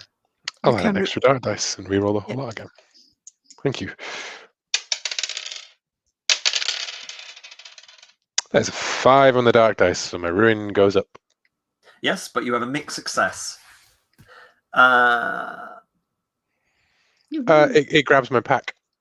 That's interesting. As we go across, I'm lifted up by the pack in the same way as I think one of the hobbits is in one of the movies, and then the straps tear, and I'm down. Yeah. So like I couldn't say I have stuff in my pack for, you know what I mean. I would say just as a minor rule, like this is absolutely fine, but it's normally I'd say the complication and then describe how you succeed. So like, I'm really into the pack idea. Okay. But the only thing is like the fact that the devil's bargain was always going to be pushed back is that you're now over the water as well. Like you're pushed back, and so you're kind of doing that being grabbed by your pack, floating around in the air move. Like Ubold, you're awake. Yes, Ubold's awake in this situation. Everything's panic. Berquin's just been grabbed by a tree and been thrown around. Everyone is down by the willow. Philibert, like just because like you've been out of it, and there's this one weird thing that's nagging at you. Like as you're walking, you kept on feeling that branches are brushing against you, like they're brushing past your face, and you just keep on trying to swat them away. But it's as if you're trapped in a thicket, and you try to close your eyes. And all you hear rustling, like there's an awful lullaby of a barky throat. So whenever, you just feel like you're being touched, perhaps by roots, perhaps by tendrils. And there's that makes a sound. It sounds a little bit like the harp you heard earlier, and you can't quite escape it. It's weird, but that's there the whole time, just nagging away at you. How are you feeling about that? Yeah, not great. Philibert. If anyone were to look at him, I think you would see that he is, the further he walks into the woods, starting to freak out a little bit. He's, he keeps like twisting from side to side, trying to see if there's something actually touching him other than the branches, because he's almost convinced that someone is grabbing him, right? Which is bad because these willows have been just grabbing us. And he keeps flipping from like side to side to see what's been brushing up against him. Listen, I'm aware this is the one thing I have not said as a GM, is in specifically at Trophy Dark being really a play to lose game, as in this is about the slow destruction of these human beings. Yeah, that's kind of like that's something I think anyone listening might want to underline here, is that we're not being just completely self-destructive. But it's fantastic. Okay, so Ubold, you're sitting up bolt upright. Berquin, I presume you scream. Fantastic. Berquin's scream is alerting everyone else. Ubold, what are you doing? What's going on? I'm bleeding. Why am I bleeding? What's going on? Oh my gosh. And the huge sneeze, of course. Yeah, and my nose is running and everything. Just my ow. Anyway, and Berquin's being grabbed by a tree. That is not great. I have a song. I know a song. And I think it's a song that will help against these trees because it produces a spark to start a fire. And I imagine that trees don't like fire that much. So I will use that because it's probably a good idea. Like this is how songs work. Now, basically, I want you to tell me roughly what does this song? What's the story of this song? Like, what's this? How does this song go? And just like, doesn't even the whole song, but like just an image in the song or something which you're singing about, and tell me what sort of melody it has. It's a cooking song. That's great. It's a cooking song. Yeah, it's meant to make it's a song. No, the song comes from a story about an old witch, I guess you might call her, but wise woman is probably the better word, who had a magical cauldron where she could cook the best, really the best kinds of soup and things and broth and stuff. But she never had somebody to bring her wood because people were afraid of her. And so one day she came up with a song just to light the fire under her cauldron. And the soups from this cauldron, they were the best. If you ate one of these, then you would always come back to her. And then once she realized that, she made a lot of the soup and made sure people got it, because people then came back and did stuff for her. And she never was looking for kindling anyway. So everything worked out. I think that's the song. There was a page missing in the story, I guess. So, but never mind. The song is pretty simple, like burn little flame, burn ever higher, burn little flame, come into the fire. Marvelous. Okay, the song, like the first voice, and the voice feels like an intrusion. You know what I mean? Immediately, like you feel like the woods both listen and disapprove to it. But okay, basically your aim is to try to like scare off this willow and let it release Bergman, right? Yeah. Great. Yeah.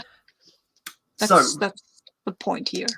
Great. So I'm rolling a dark die, right? Because this is I'm just rolling one. Yeah. It's a dark die. Can I take more than one? I think you can have can I have a devil's bargain, right? Right. I was going to say devil's bargain is where to go. You also set fire to Bergman's backpack. I mean, yeah. Okay. Has anyone got any other ideas for devil's bargains, or like an alternative one? Also, we haven't really talked about what could go wrong yet. Like not working, you setting yourself on fire. Anyone got anything else that might be feeling natural here? I mean, I don't know if it's better as a devil's bargain or as a thing that could go wrong, but turns out these willows are really flammable. And it sets a huge fire on this side of the river. Oh my god, yeah, like this inferno of that's a bit of a devil's bargain. But it depends, isn't it? It depends on whether you want it to be something that happens and we have to deal with that consequence, or whether it's I do get saved, but in the but the wrong of the saving is that now things are on fire. I think this is something going wrong, or possibly even a mixed success. Actually, it feels like more like a mixed success, I think. And I would say the backpack is a devil's bargain. That feels more like you losing your stuff is a tangible levels bargain. There. Yeah. Like you, Bob, do you want to set it or? I'm fine with setting stuff on fire that is supposed to burn. It's not my backpack anyway. So I'm rolling one light and one dark die, and we'll see how that goes. Roll. Oh my god. I have a 6 on the light die and a 5 on the dark die. Perfect magic. I'm just something I want to establish, just because it's a song of kindling. Like this is a quite small fire. The willows being incredibly flammable would have changed that. It's very much distinctly the song is about small and delicate fire as opposed to a raging inferno. So that I just want to stress that part of the fiction. Yes, it is. But it still might scare a willow, right? Oh no, without a doubt, it completely can scare a willow. I just like, please describe as you wish, Sabine.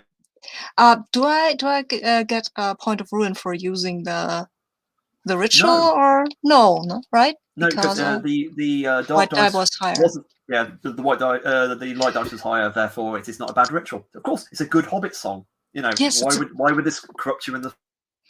Exactly. So, what happens here is it's not even a success. So, what happens is that they're, these tendrils, they're actually quite flammable, especially if they haven't been in the water for a while.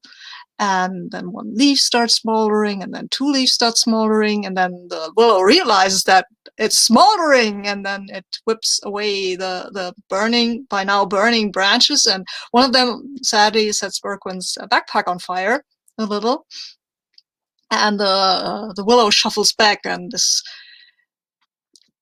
willows don't usually make noises, right?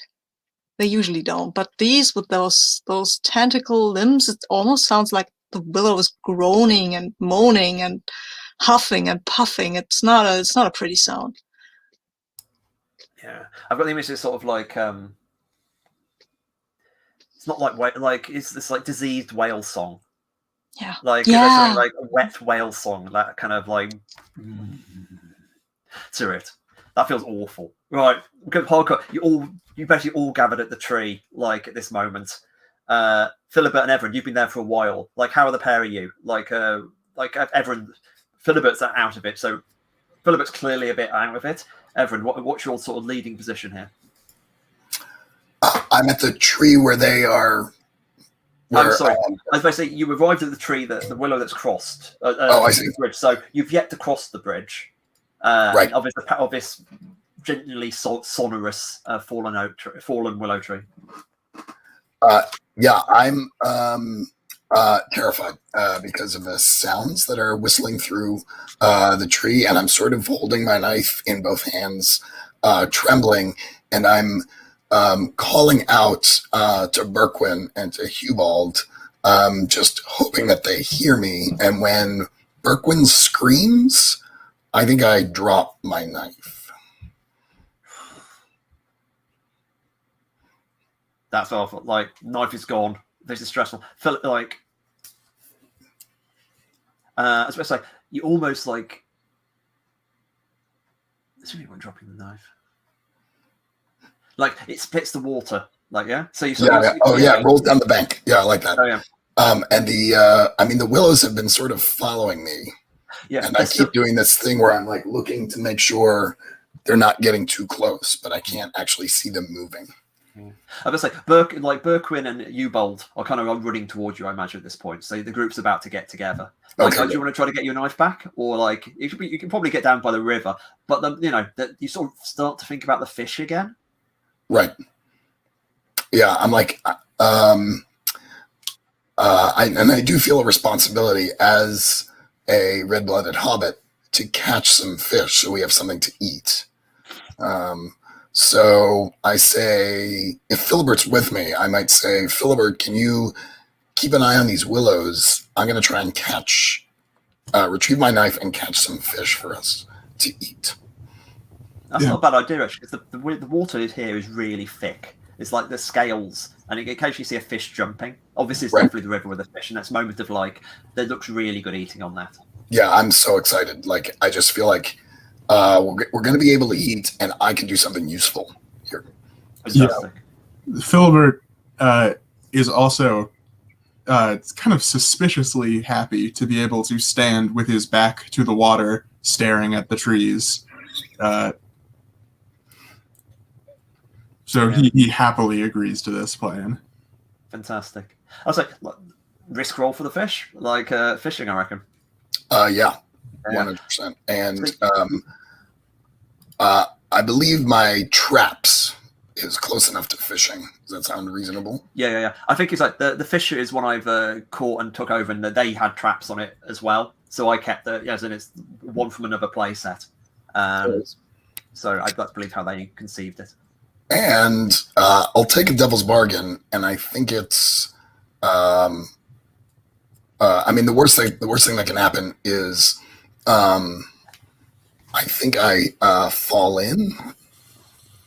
Was that devil's bargain? I think that's more like it. Right. Sorry, I'm starting with the worst thing that can happen to me. Cool. I think I've got worse. Like, you're getting near the willow that you think's dead. I can think of all manner of horrible things that willow can do to you. Whatever it is, that willow is not dead. Yeah. Or undead. Yeah. I think that's almost a devil's bargain. Like, the willows, like, you have something the devil's bargain is the willow's definitely alive. Yeah. Unless anyone's got another one. Fantastic. I like that one. Yeah. Right, 2 dice. Okay. I rolled a 3 and a 4. That is a mixed success. Yeah. I'll. You know what? Narratively, I'm sort of a little frustrated with the fish that I've caught. I wonder if I'm like, let me just get a little closer to the river. Okay, cool. And I'll add a dark. So I add a dark die and reroll. Is that how that works? Yeah. You get risky and all the dice reroll. Yeah. So I rolled a 1, 4, and a 2. So I stick with my my mixed success. Right. And you would add another dark dice if you wanted to push it further. I'm desperate, but I don't think I'm. You're not that desperate for fish. Yeah. Okay. The advantage, you've definitely got the fish. Like that's really the one really good thing. The downside is that basically as you get close, the willow, since you're close beneath you're shallow, you're beneath the willow, and the whole willow drops down around your head, like one of the big holes. Which is singing through, and closes around your head. So you've got the fish, but you're suspended from the ground, kicking little hobbit legs beneath there. Yeah. And then we'll take our last break. Like 20 past? Perfect. That's 2. Right.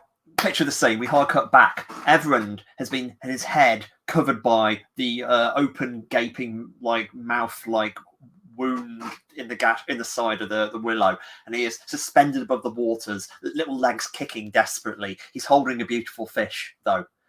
He got his fish. Philibert is standing watch. This is what you see, Philibert. Berquin and Newbold have just got here close enough to see all this. Philibert, you're closer. What on earth are you going to do? Yeah, Philibert shouts.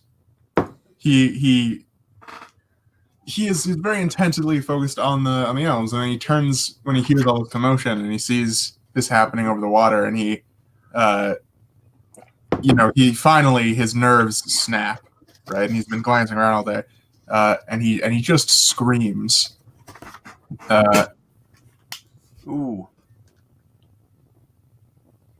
And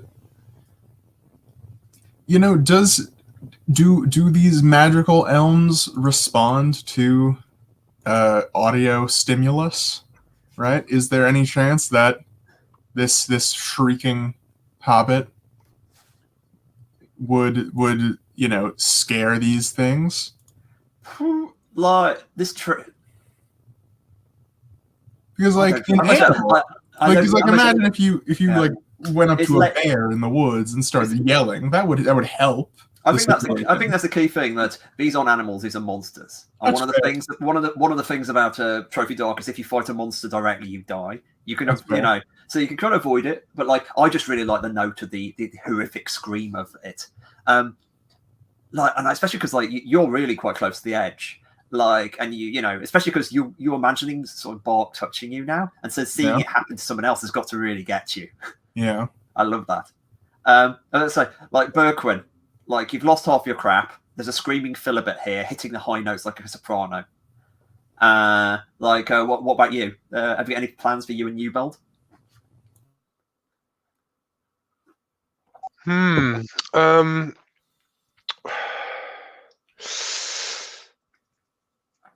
I can't think of anything right now. I think I just want to get away from this mess. And if you want, you can run over the bridge and just leave everyone for dead. Yeah. I don't have my pack. I've lost my pack. I don't know what to do. I think I'll just start trying to pry them with my hands. Yeah. Also, you grabbing and pulling at his legs is a good visual. Yeah, grabbing and pulling at his legs, maybe pulled up myself, right? By the sheer force. That's the visual. Yeah. You're just wrestling and pulling. Newbold, Berquin is wrestling and pulling with Everand desperately. Philibert is screaming as if it was him who was in the tree. What about you, Newbold? I'm a bit torn between helping Berquin and screaming with Philibert, to be honest. I'll do both. I'll drag on Berquin and scream in harmony with Philibert. I feel that is my best course of option. I mean, I could try to set fire to that tree, but really Everard's head is in that, and that would not go well, I feel. So let's drag. Pulling is fine. It is the weird thing. You're both screaming. There is something you noticed weird about it. You said you sort of joked, I'll try to harmonise with Philibert. No, you are. Oh, Both nice. of your screams are literally hitting as in a 2-note harmony. And that gives it a weird musicality to this action sequence of like you pulling at this thing. Like this sounds like some manner of risk roll. Like Berquin, you were leading it, I reckon, or Yeah, I'm fine to lead it. Yeah. So I don't think any of my skills count for that. what could go wrong? What could go wrong? You literally break everyone's neck. Yeah, I won't break be that something far. of Everard. I break something of Everard's, right? I think that's something that could go wrong, right? Something his leg or his ankle or something, being pulled from the tree. I'll give you something else. As in, if you're pulling on the legs, you could fall in the water easily. And of course, we've already talked about the magical fish here. Yeah, I like that. Yeah. Losing the heirloom in my pouch would be kind of a problem too. Or losing the fish. Losing the fish would really tremendously suck for. Yeah, months, I feel quite protective about the fish in terms of like you did an important risk roll to get that fish. Taking the fish away just feels like no, you're gonna keep the fish. Yeah, don't mess with my fish. Yeah, but I like the idea of the heirloom thing as well. Maybe rather than just like a straightforward losing, like the thing snaps and it flies out, like, or it gets grabbed by the things and passed back through the branch, like many sort of snaking branches going. Like handing it back. Losing the heirloom somehow is not a bad idea, actually. Yeah. Like, and even just something fall in the water is easy enough as well. Like, it could also be just exposing the heirloom so that everybody can see what it is, because I don't feel we have. And I was about to say, the devil's bargain. I was say that's the devil's bargain. Like, when what happens, you see what the heirloom is. So someone either catches it, or like are you okay with that, Everand? Great. I was going to say Berquin's perfectly fine with that devil's bargain. I just wanted to check in on that. Yeah. Philibert, you got anything you want to add there, or not? Philibert, Josh, sorry. I think that works for me. It sounds great. We got Berquin possibly falling in, everyone possibly getting hurt. There's definitely whatever in the pouch is going to be flying for the air. Did it be caught or not? This sounds great. Roll. So, any skills relevant? No skills relevant, but 1 light die for the devil's bargain. Yes. Are you risking life and limb? I am risking life and limb, so 1 dark die as well. Light die is a 4, dark die is a 2. Is that a success? That is a success. That's a mixed success. So I say what goes wrong, and what goes wrong is you end up in the river. Like you end up there, and the fish are about to attack you, so you're in danger. But you definitely get everyone free. But you need to describe in your thing whatever the heirloom is going free. So so you have to, Birkin. You get to describe the success. What success looks like. Oh, okay. Well, I thought it was there that described the heirloom. Berquin, pulls and heaves and thingy, and I think Everard's shoe comes off and he lurches forward, and then Berquin leaps up with 2 hands, and it's just like a sudden jolt just pulls Everard out, but because of that sudden tension and then suddenly release, Berquin just goes tumbling, rolling backwards down the banks into the river. That's awesome. And the thing, what is the heirloom flying through the air? I've only had 2.5 hours to think about this, and I have not come up with anything. I feel like, and I'm open to suggestions, I feel like it might be some kind of urn or some kind of small pot that is important to us. That's interesting. So, sort of by implication, it's something everyone recognizes, I think. That because everyone grabs it, that kind of everyone knows. So, it would be the urn of we know who's in it. Maybe one of the founders, or a great adventurer hobbit. And for some reason, it's in my family, but maybe I think everyone else in the village thought this was lost.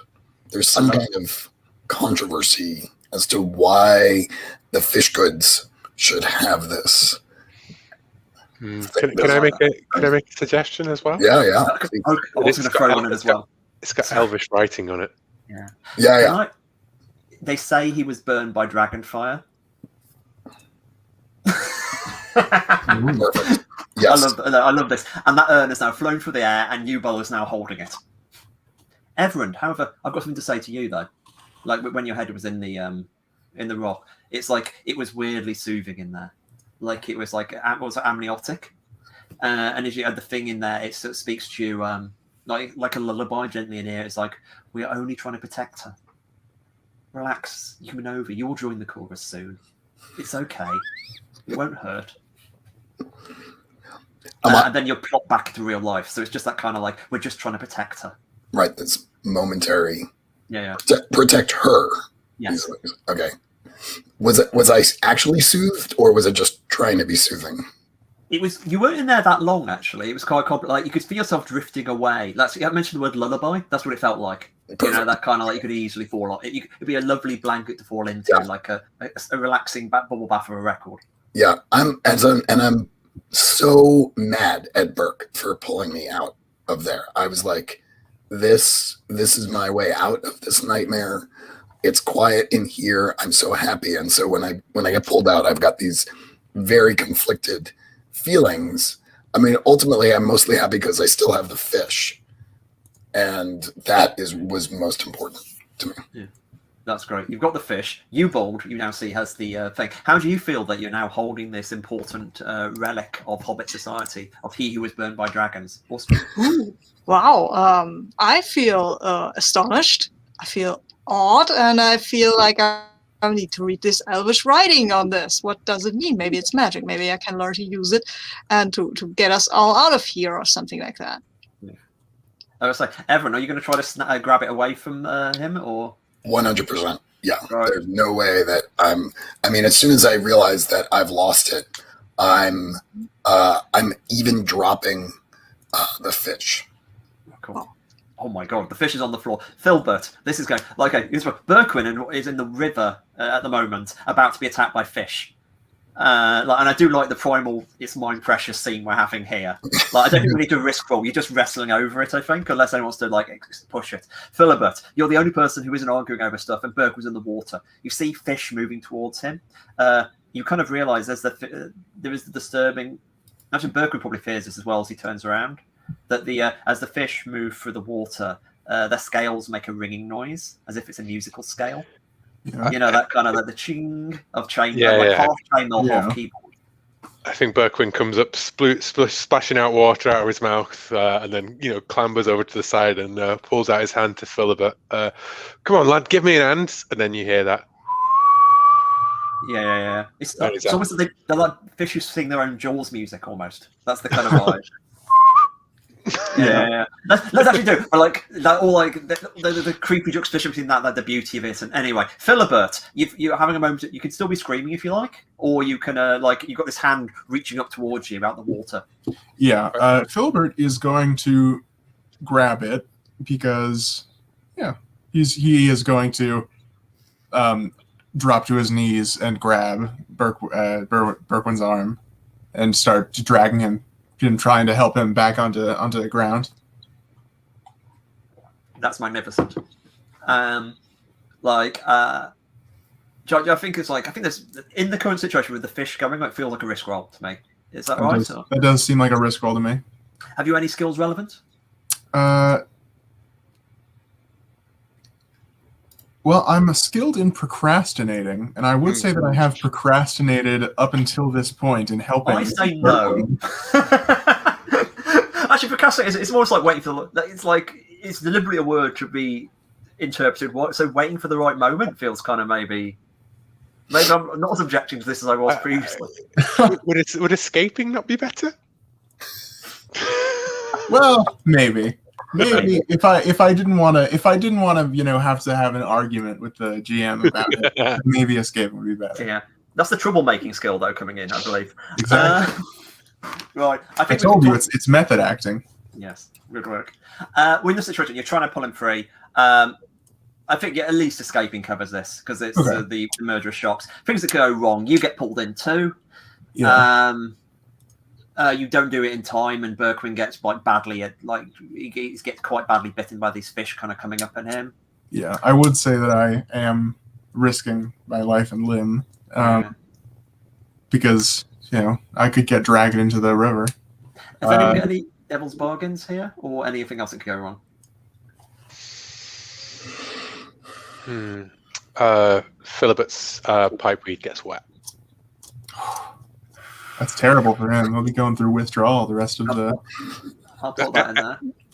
Yeah, I know that's not like a huge consequence. I just feel it's a very hobbity consequence. It's not being able to spark your pipeweed. Multiple bad consequences can happen. So no, it was a devil's bargain though. Like, oh right, okay. Inevitably, yeah. Do you accept the pipeweed devil's bargain? I would be happy to take that if no one else has any. No, I'm much tempted to leave that as in you have that or nothing. It's this the most hardball question is just purely whether pipeweed. Okay, in the situation. Do you want to say? So it's 2 dice if you want to get your pipeweed lost at the moment. All right, I'll take that deal.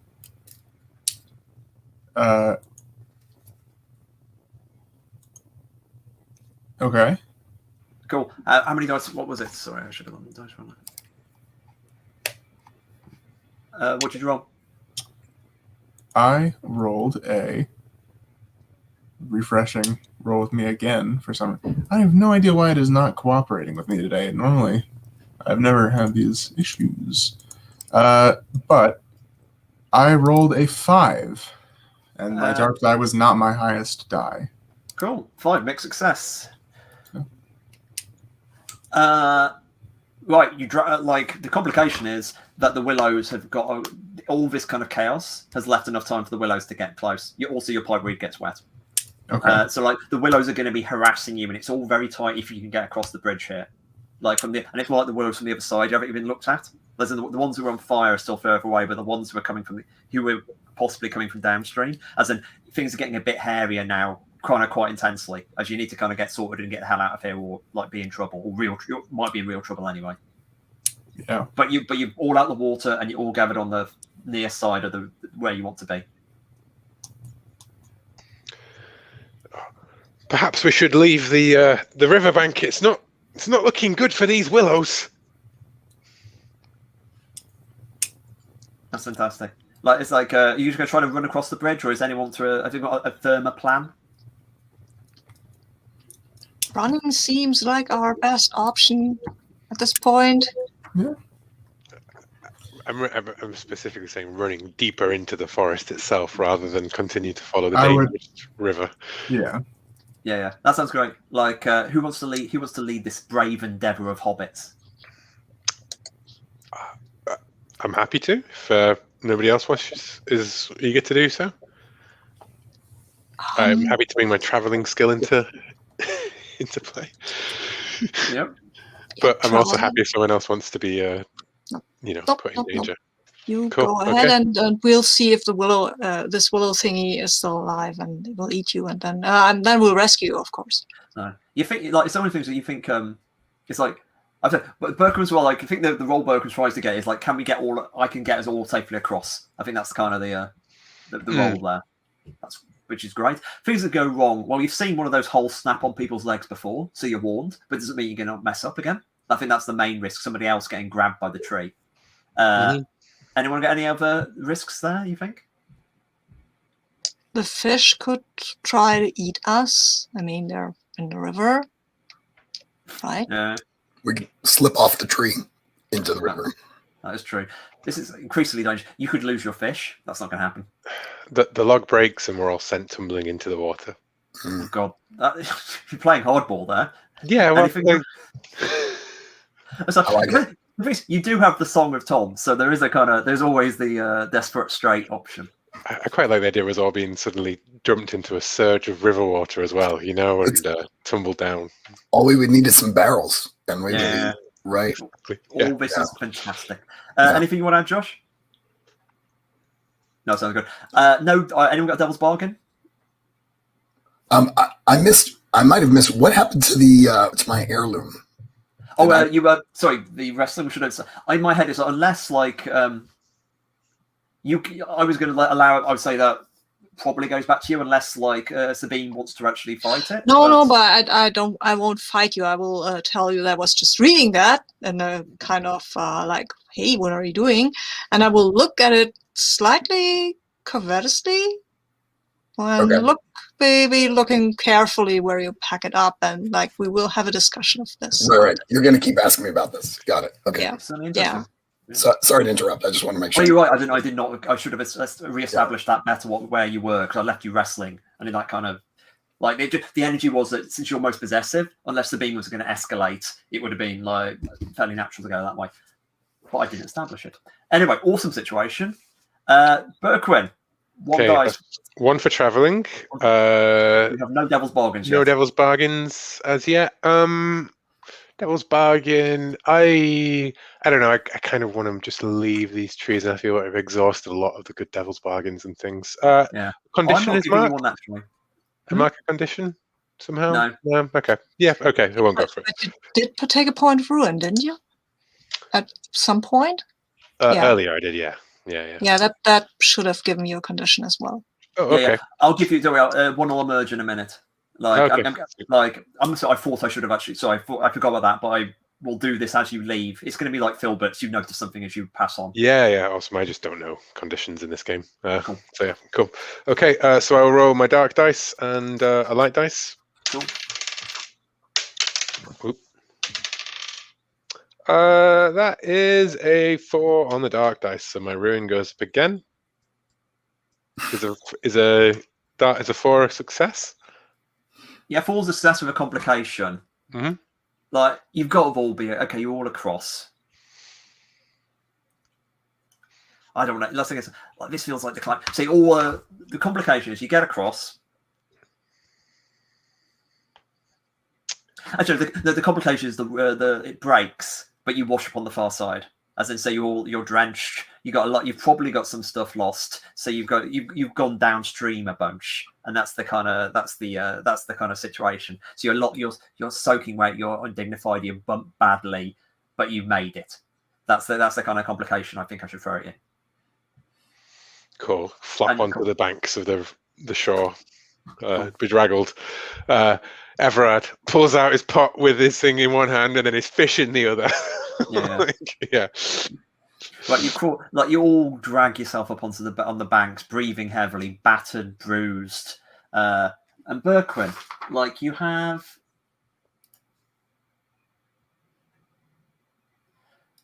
It's very weird, and this is kind of the weirdest thing. Berquin, you've got like they must have hit the rock somewhere, and it's you've got like tinnitus, and it's just really insistent and loud and like going on, and you think nothing, like you've banged your head, that's fine, but then you sort of tilt your head, and something moves inside your ear, and then you tilt it the other way, and something else moves, and you kind of shake your head a bit, and there's something hard inside your ear, something hard. And it just carries on making this like tinnitusy ringing noise, but there's something hard and metal inside your eardrum, and you feel it's moving. In which direction you don't know, but it's definitely moving. And by the way, that's like I've just done the way you basically conditions either when you get a point of ruin, you get a condition, or you get a second point, it increases. So what I've given you is basically 2 levels of ruin in this one condition, like. The first level would have just been tinnitus in a very weird way, and this is very specifically, oh yeah, there's something in your ear, there's something metal and hard in your ear, and with an awful, awful realization, you realize what it is, Berquin. You've got a ring in your ear, and it's literally ringing. A ring in my ear is the condition, then. Yeah. Right. We head into the woods, trying to get. Oh, clearly, you've got to get away from here, and you find a body. It's strictly speaking, it's not a body. It used to be a body. Now it is actually a skeleton of a little person's corpse, long dead, picked dry, and you think its left leg is missing, until you realise its fibia has been taken and carved into a long flute. This long fibia flute rests across its lap. There's the moment like, who on earth would desecrate this? But then you realise that a whittling knife is rested in their skull, like in their bones of their hand, and chips of bones are spread around. This person took its own leg and carved it into a flute. Do you want to take the flute? Or play it? Yeah, sure. I mean, You bold, as you move it to your note, you play it. It plays with the most perfect, pure tone you've ever heard. We're going to hard cut to you making way for the woods. Like you're still soaking now. You're kind of like passing, but like the wood's getting less tangled. This cacophony of trees is lessening, and you step into a large clearing. Simple, circular, like a ring, like a stage. In the middle of this circle, or this glade, sorry, there sits a woman. She's playing a harp. It's a harp made of willow wood with long strands, appearing made of solidified honey. She plays this. She plays this, and she sings a song. It's betwixing. This is the most beautiful person anyone has ever seen. Any of you have ever seen. Berkwin, what to you is beautiful about her? Oh, it's the golden jewelry she wears. Cascading jewelry over the amount of riches there. Everand, what about her is beautiful to you? I think she has eyes that are kind of the green of the running rivers of home. That's nice. Ubald, what is beautiful to her about you? The other way around. Sorry. What is beautiful? yes. That what I just said. Her movements, the elegance of her fingers on those strings, and the way that she moves her hands, and they are so long, those fingers and those hands and those arms. That is amazing. That is so beautiful. Excellent. And Filbert, what is beautiful to her about you? She is tall and slender, and just totally unlike one of us. Berkwin, how does this knowledge that beauty such as this exists in the world change you? Or change how you see the world? I think it shows to me that you need to be rich to that wealth is the only thing that a little folk could offer to such beauty.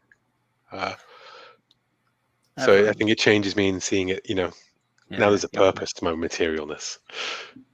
Dan, what about Everand? How does this change Eleven's conception of beauty? How does this knowledge of this beauty change everyone's conception? Yeah. He decides that in terms of talent and accomplishment, you can't fake it. That he's always sort of trying to be too clever by half. But he realizes that part of the beauty of this person is their earnest and honest and sincere talent that they have. Wonderful. Ubald, what about you? What do you think? How does this change your idea? I think that what changes here is that there was always this void, this longing inside of Ubald. And now he sees that it can be fulfilled. That it is not an impossible dream. That it can be achieved. It's the idea. It's like, you can see the elves. There's that kind of like sense, and you can see beauty. That's always. Philibert, what about you? How does this change your conception of the world? I think such beauty in it? Philibert has sort of the inverse reaction to Hubald, and he despairs because he is not this beautiful, right? And nothing in his life has ever been this beautiful. And here this person is, and they live this beautiful life that he does not. Yeah. She carries on. Her song reaches the end. We pan round and we see that her hall is behind her. Her beautiful hall in the woods, in the style of taken from elves and humans and halflings all merged beautifully into one. A beautiful hall indeed. One last question for everybody. What is it about her song which makes you think it's only for you? Berkwin.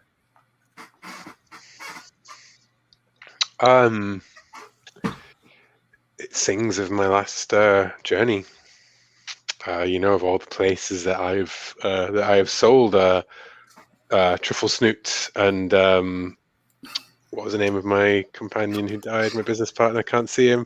Of truffle foot and drapery. The trading company, Trufflefoot and Dalbury trading company is named in the songs. Could almost be a theme. Of course, it's for you. What about you, Everett? What is the song that makes it only for you?